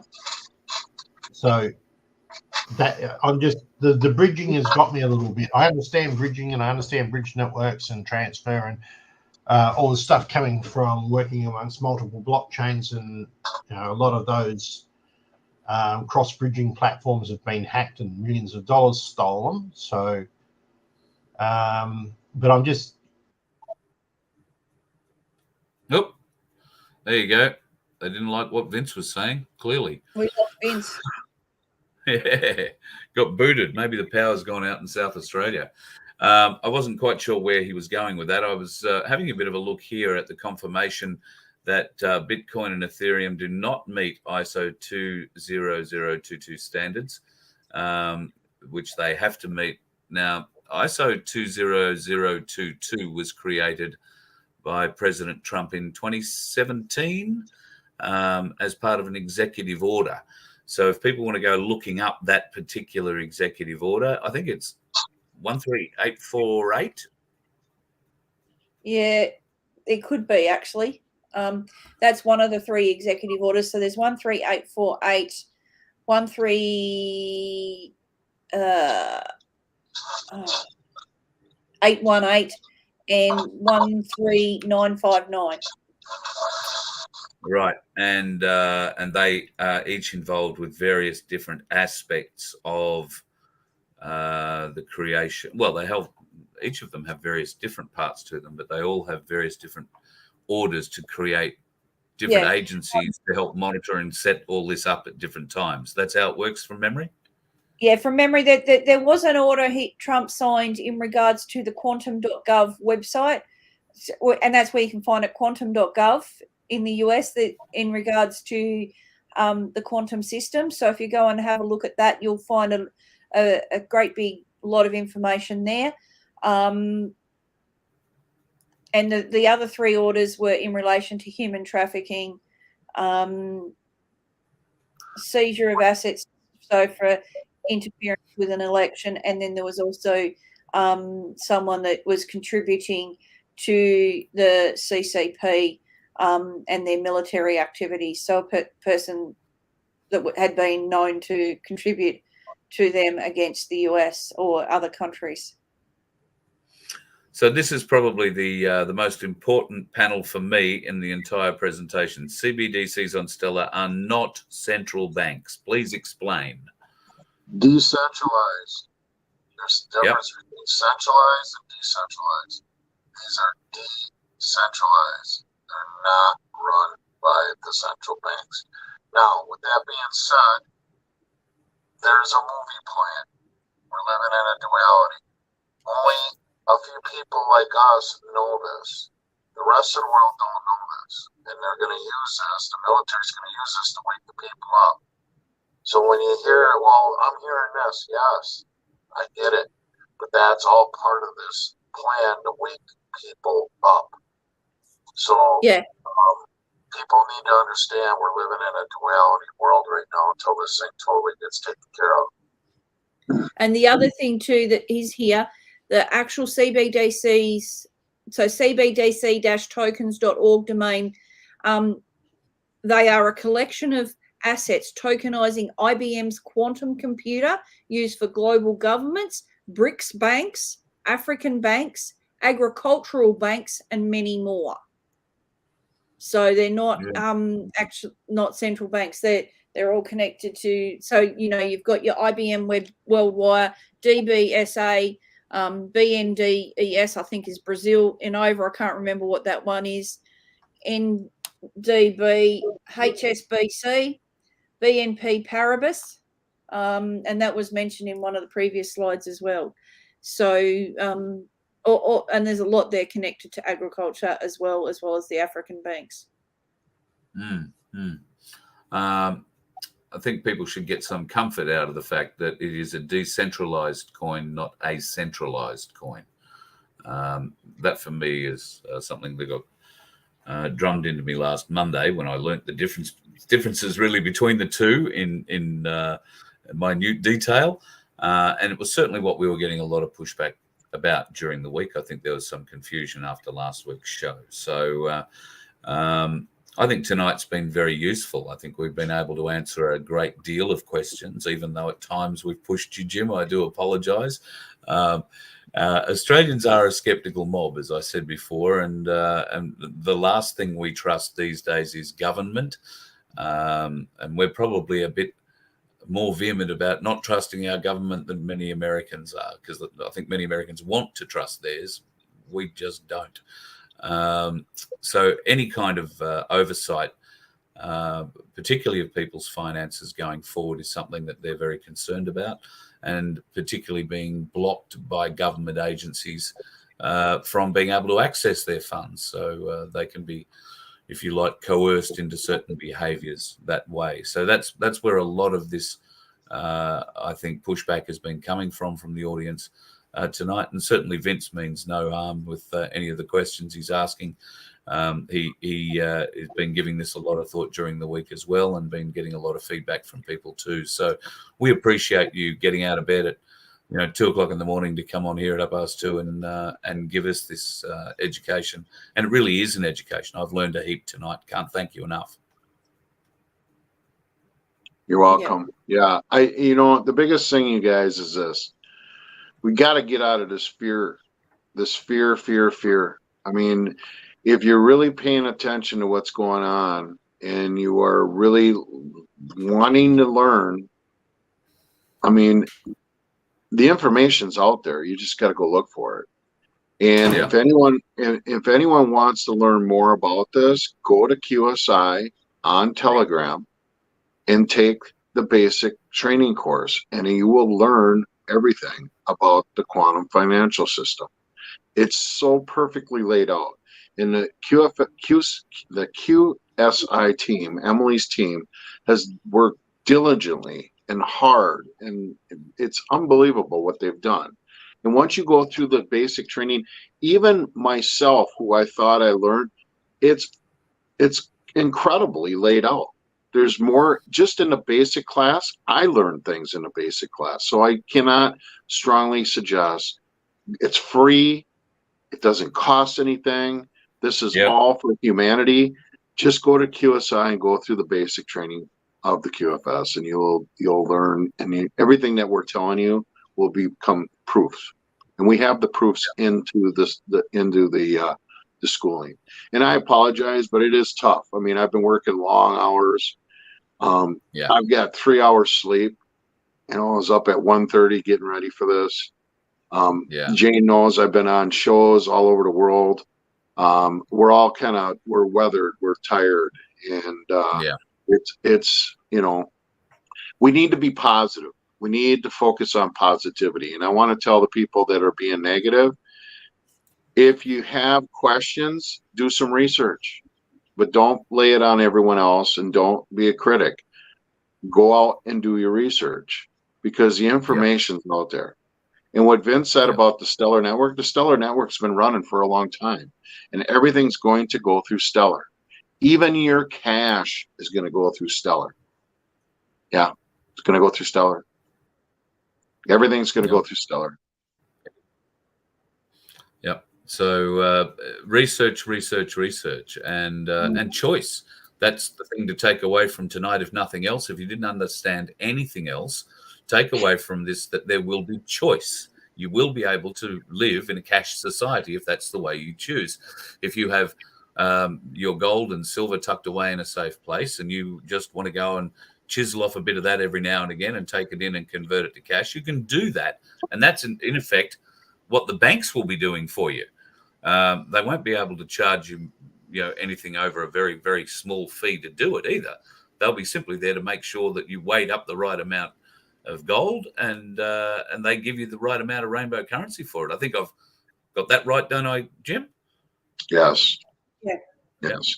So, and silver, you're going to see silver. You're going to see silver is going to go at a pricing that they've never seen before, because number one, there's not nearly as enough silver as there is gold. And there's so many new technologies that are going to be coming out that are going to require silver. There's going to be a demand for silver. Same with copper. Don't leave copper out of it either. Copper is going to have, people are going to be really surprised with the value of copper too. There's going to be a lot of technology that come out that are going to really need silver and copper. Don't know what it's like in the States at the moment, Jim, but in the building industry around here, they have to put security guards on building sites overnight once the copper arrives to lay all the hot water and all that sort of stuff, because it doesn't last a night. If it's left up in a roll, it's carted off and somebody's got it. So, yeah, they're investing in copper in other ways. Be thankful, because over here in the States, they went over to frickin' PEX, petroleum products, which, you want to rip all that shit out of your home because you don't want your water going through petroleum. But that's what they're doing over here. And all the plumbers, I love it. Well, it's killing us. It's poisoning us. It's important to have the water going through copper pipe. It really is. Yeah. All right, Jim, thanks very much. I know you're probably got another show to go and do, so I'll let you shoot off. And thank you again for coming in tonight, and look forward to having you back again for another chat soon. Thank you very much, you guys. Good on you, Thank mate. you, Jim. I appreciate. Sorry, mate. I can bring him back. There he goes. There he No, is. he's coming back. His internet's playing up. I appreciate your taking my questions with the honor that you did. Thank you.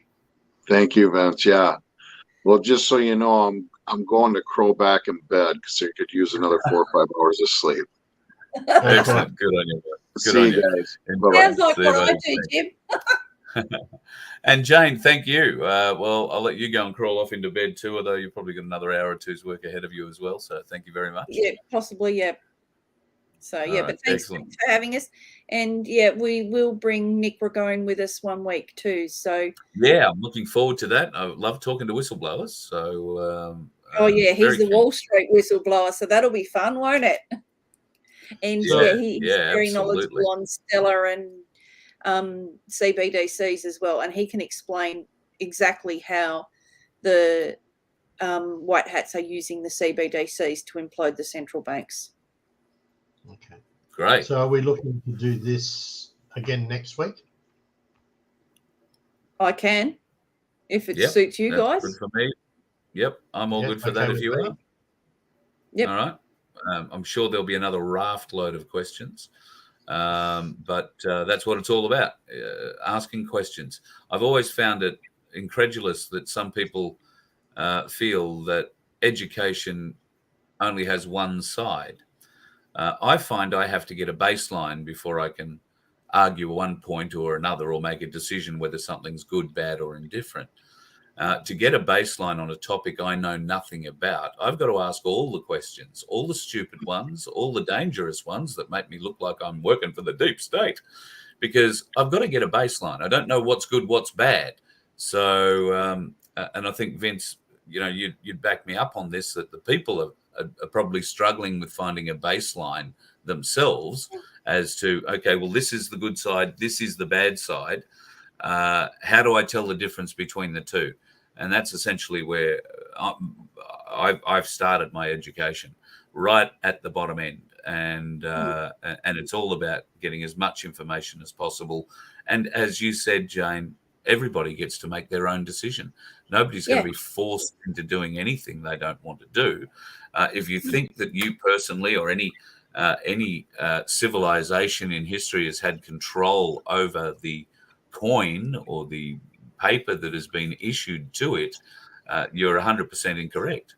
There has always been some form of government that issued this, because if it didn't, you could walk into a paddock, pick up a rock and say, that rock's my $100 note. Yeah. And in actual fact, you could write a little promissory note and that's still valid. But anyway, that's a different subject. That's true. That's true. You need a little Dremel or a big rock, one of the two. I find the topic fascinating, if only because it raises so many questions, and it does seem to have such a polarizing effect on many people. I'm keen to find out why it's so polarizing. Yes, I'm aware of the deep state connotations to all of this, but my big flags are centralized coins, central banks. There is going to have to be some form of government in every country, and that government is going to need to have oversight of their own minted coin. I would suspect their own digital minted coin. While we've been talking about the US Treasury and USD tonight, unless we really are the 51st state of America, I suspect, and even if we are, we will still mint our own digital coin. It'll probably be called the kangaroo. Yeah. AUDT. AUDT. There you go. And it'll probably have a kangaroo. That's the Treasury one. That's the Treasury one, and there will be one from the NAB. I haven't seen the name on that one yet. Right. So interesting. They're going to be backed by precious metals and other investment. Right. Yeah. So government will control. So if you had, my understanding then will be that if you had something in your lobster wallet and you transferred it into the financial system because you wanted to get cash out of a bank, let's use NAB's banking as the example, even though they seem to have their own coin. Government would set the price of that coin, I dare say, or is it going to be one for one around the world? Look, will the Australian dollar be worth as much as the US dollar? Will we have to stump up $3,000 more for an item in Australia because it's not being paid for in US dollars? It's being paid for in the Australian version of it, digital coin. It's all backed by the same color and quality gold. So I can't see how there will be any, disparity. It should be 1-to-1 across the world, shouldn't it? It's going to start at 1-to-1. Is Really? my understanding. Yes, my understanding. I would have thought that it would have everyone's going to be on parity. Yeah. Is that through the stellar system, or are we talking about the country's individual banks? No, I'm thinking the individual banks. Everyone's going to be on parity, is my understanding. Well, that'll be interesting. Yeah. So this is why we have these discussions, because it brings out bits and pieces where we can ask questions. As I said, don't trust the science. We've been there, we've done that. Yeah. So for those who are watching this and wondering what we're doing here, we're trying to get that baseline. I know more about crypto and blockchains and everything than what Carl does, which is why I'm involved here. Right, I've been in the crypto market since 2017, so I have my fair share of that. But the whole concept here is to throw the positive and the negative and work out what's truth and what's not truth. So it's an information session, guys. This is why it's here. It's not we're picking one side or the other. It's an information session. So please take it as that. Yeah. Yeah, it's not us supporting one thing or the other. I don't know enough to support anything at the moment other than buying gold and silver. So that just makes perfect sense to me. But I'm trying to gain the knowledge. And you guys are along for the ride. Now, if you want to jump in the chat and scream your head off in there, well, that's fine. Nobody's paying much attention. Because while you're screaming, you're not learning, you're not listening, you're not hearing. You're reacting to one portion of something you think you may have heard. And maybe you did hear something, and it's all well and good to react. But this is an education thing here. Nobody's forcing anything down anybody's throats. And as I said, tonight's takeaway from me, at least, is it's a decentralized position we're talking about, not a centralized position. And if you want to live as you may today in a fully cash way, with no plastic at all, then you can. There's no big issue here. Whatever asset you have in the bank at the moment will be converted into whatever asset, one for one, that is coming in under the QFS. That would be my understanding. And really, the only thing that's going to change is the color of the notes and maybe the coins, or what's on the coins. But we've been through that. We've been through the loss of the $1 and $2 notes and gone to gold, and that was going to be the end of the world. We've been through the loss of paper notes completely, and now we have high security polymer bits of plastic that go really well unless you leave them under a hot iron for a little while. We were able to cope with that change. Yes, there were people who fought off. Oh, God, what happened to the old note? Doesn't feel the same. Oh, it's too slippery. It's going to fall out of my pocket. And bugger it, they do. But we've made do. We've found better ways of storing our money so it doesn't fall out of our pocket. Found better wallets. We've adjusted. I see nothing in anything that's been presented tonight or last week that says you are going to be compelled in any way to adopt any of what we're talking about here. Is that right, Jane? Yeah, exactly. It's purely choice, but it is coming. And there will be a transition period for those that want to sit on the fence. And that's perfectly fine. If that's your position, that's cool. If you don't want to have a bar of it, that's fine. But yeah, do your own research. Sandy says you keep saying do your own research. Well, we are doing our own research, but if we can't get access to the documents to do the research, how the hell can we do the research? So you're saying that the research is at that QSI site? Yes. The education site. The best thing I can advise anyone to do, if they don't already have the Telegram app, to join Telegram and jump on the QSI welcome on Telegram and go through the basics training, because all the documents and with links to sites and everything are all in there. It's really a great way for people to learn more. Absolutely. Also, all right, Jane, I'll let you go too. Yep, no worries. Also, probably we should just say to the people out there today, yes, this was a very long and heated sort of discussion that went between us, and we did not acknowledge many of the people in the chat. We will try and make up for that next week. We appreciate you've got questions, but we're trying to get some baseline set tonight, so we apologise for that. Yeah. So I'll go back through the chat and pull a few of those questions out of there. And if you've got anything further you want to ask, you can email me, carl@vofhq.com. I don't know if have you created your own email address for vofhq.com yet, Vince? I have too many email addresses now. I don't need to add another one.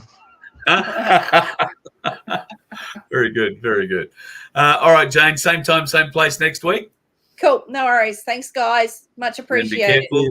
Be careful. You're likely to find a busload of subcontinentarians coming to your town real soon looking for a great place to start up a 7-Eleven. Oh, there's plenty of them here already, but that's all right. No worries. Yeah, they're probably Ubering, are they? Oh, I didn't say that. No. Don't have Uber here. So, yeah, but there you go. I'll give it time. Give it time. Give it time. Yep. All right. Have a great one. We'll talk to you next All week. right. Thanks, guys. See you next week. Cheers. And Vince, I can't thank you enough, considering the last couple of days, what you've been through. We won't go into it, but you have had a medical procedure done. No, you didn't get your arm nearly cut off, but it is certainly showing signs of taking a bit of a beating. So I'll let you go and recover, mate. Thank you for your input tonight too. I think the people got a great deal out of what you were putting forward. So I really appreciate you coming in and helping me. Happy to help explain some basics to those who want to learn about that, about what cryptocurrency is and wallets and bits and pieces at any stage. All else I can say is, remember, guys, this is a learning exercise. This is both positive, negative. It's so that you can find information to make your choice. If you've made your choice and you reckon you know where you're at, fantastic. For those who haven't, that's what we're here for. So also, because Carl keeps forgetting, don't forget VoF HQ, right, where you can go and support Carl and help him get out on the road and do bits and pieces, not only for this, but for things like our wonderful My Place Australia, which is going rockets all over the place. And here I am taking over Carl's presentation network. So I can't believe it. And we'll catch you all later. But please go there, supporting. There's donations available. There's memberships available. Choose. I'm a member. I've made my membership payment. I want to get him out on the road because he's doing a fantastic job as a voice for the freedom for the people. Okay? Yes, thank you, mate. I really appreciate your plug for me. I'm humbled by it. Thank you. I appreciate that. All right, go forth and convalesce. We will speak during the week. Good on you, buddy. Thanks, mate. And to you folks, it has been spirited in there tonight, hasn't it? Look, I don't tell you you've got to learn anything. If I had my way, I probably wouldn't want to be learning anything about this. I'm like a lot of people, just find it a bit too hard to deal with. But from a bloke who has absolutely nothing to be able to learn something about this, where I might be able to, out of some pure fluke, be able to maybe get a bit of cream, as they put it. And for the investment of $10, $20, $50 or $100 or whatever you can afford to do at 9 cents a coin, I can't see that buying XRP or XLM at that price is any great sacrifice. And if it is to go the way that it's predicted to go with the QFS, then you're in a good position. If you haven't, then you've lost 20, 50 or $100. Or have you? I don't know if you've lost it. I don't know enough about it yet. But I suggest that if you're investing in the coins that, are stable and are backed, then you can't lose. At least not at the moment. Government, people are very concerned about government. Well, with this great change comes a huge reduction in government, comes a huge reduction in laws and oversight.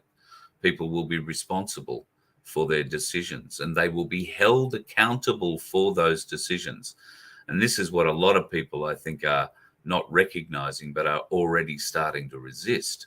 This is about responsibility. You will be held accountable for where you spend your money. If you are going to spend that money in nefarious ways. Now, what are nefarious ways? Who are the arbitrators of nefarious? Well, I dare say that the beginnings of that will come with the forming of our new government and our new laws. And a lot of those new laws will be old laws, but they will be reviewed in a way to make sure that they are fair and that they are reasonable and that the people can and already do live by them. Natural law. We know what's right. We know what's wrong. If you don't know what's right or wrong, then I'm sorry, there is something wrong with you. Now, I'm not talking about a little bit of right and a little bit of wrong. I'm talking about, it's not right to murder people.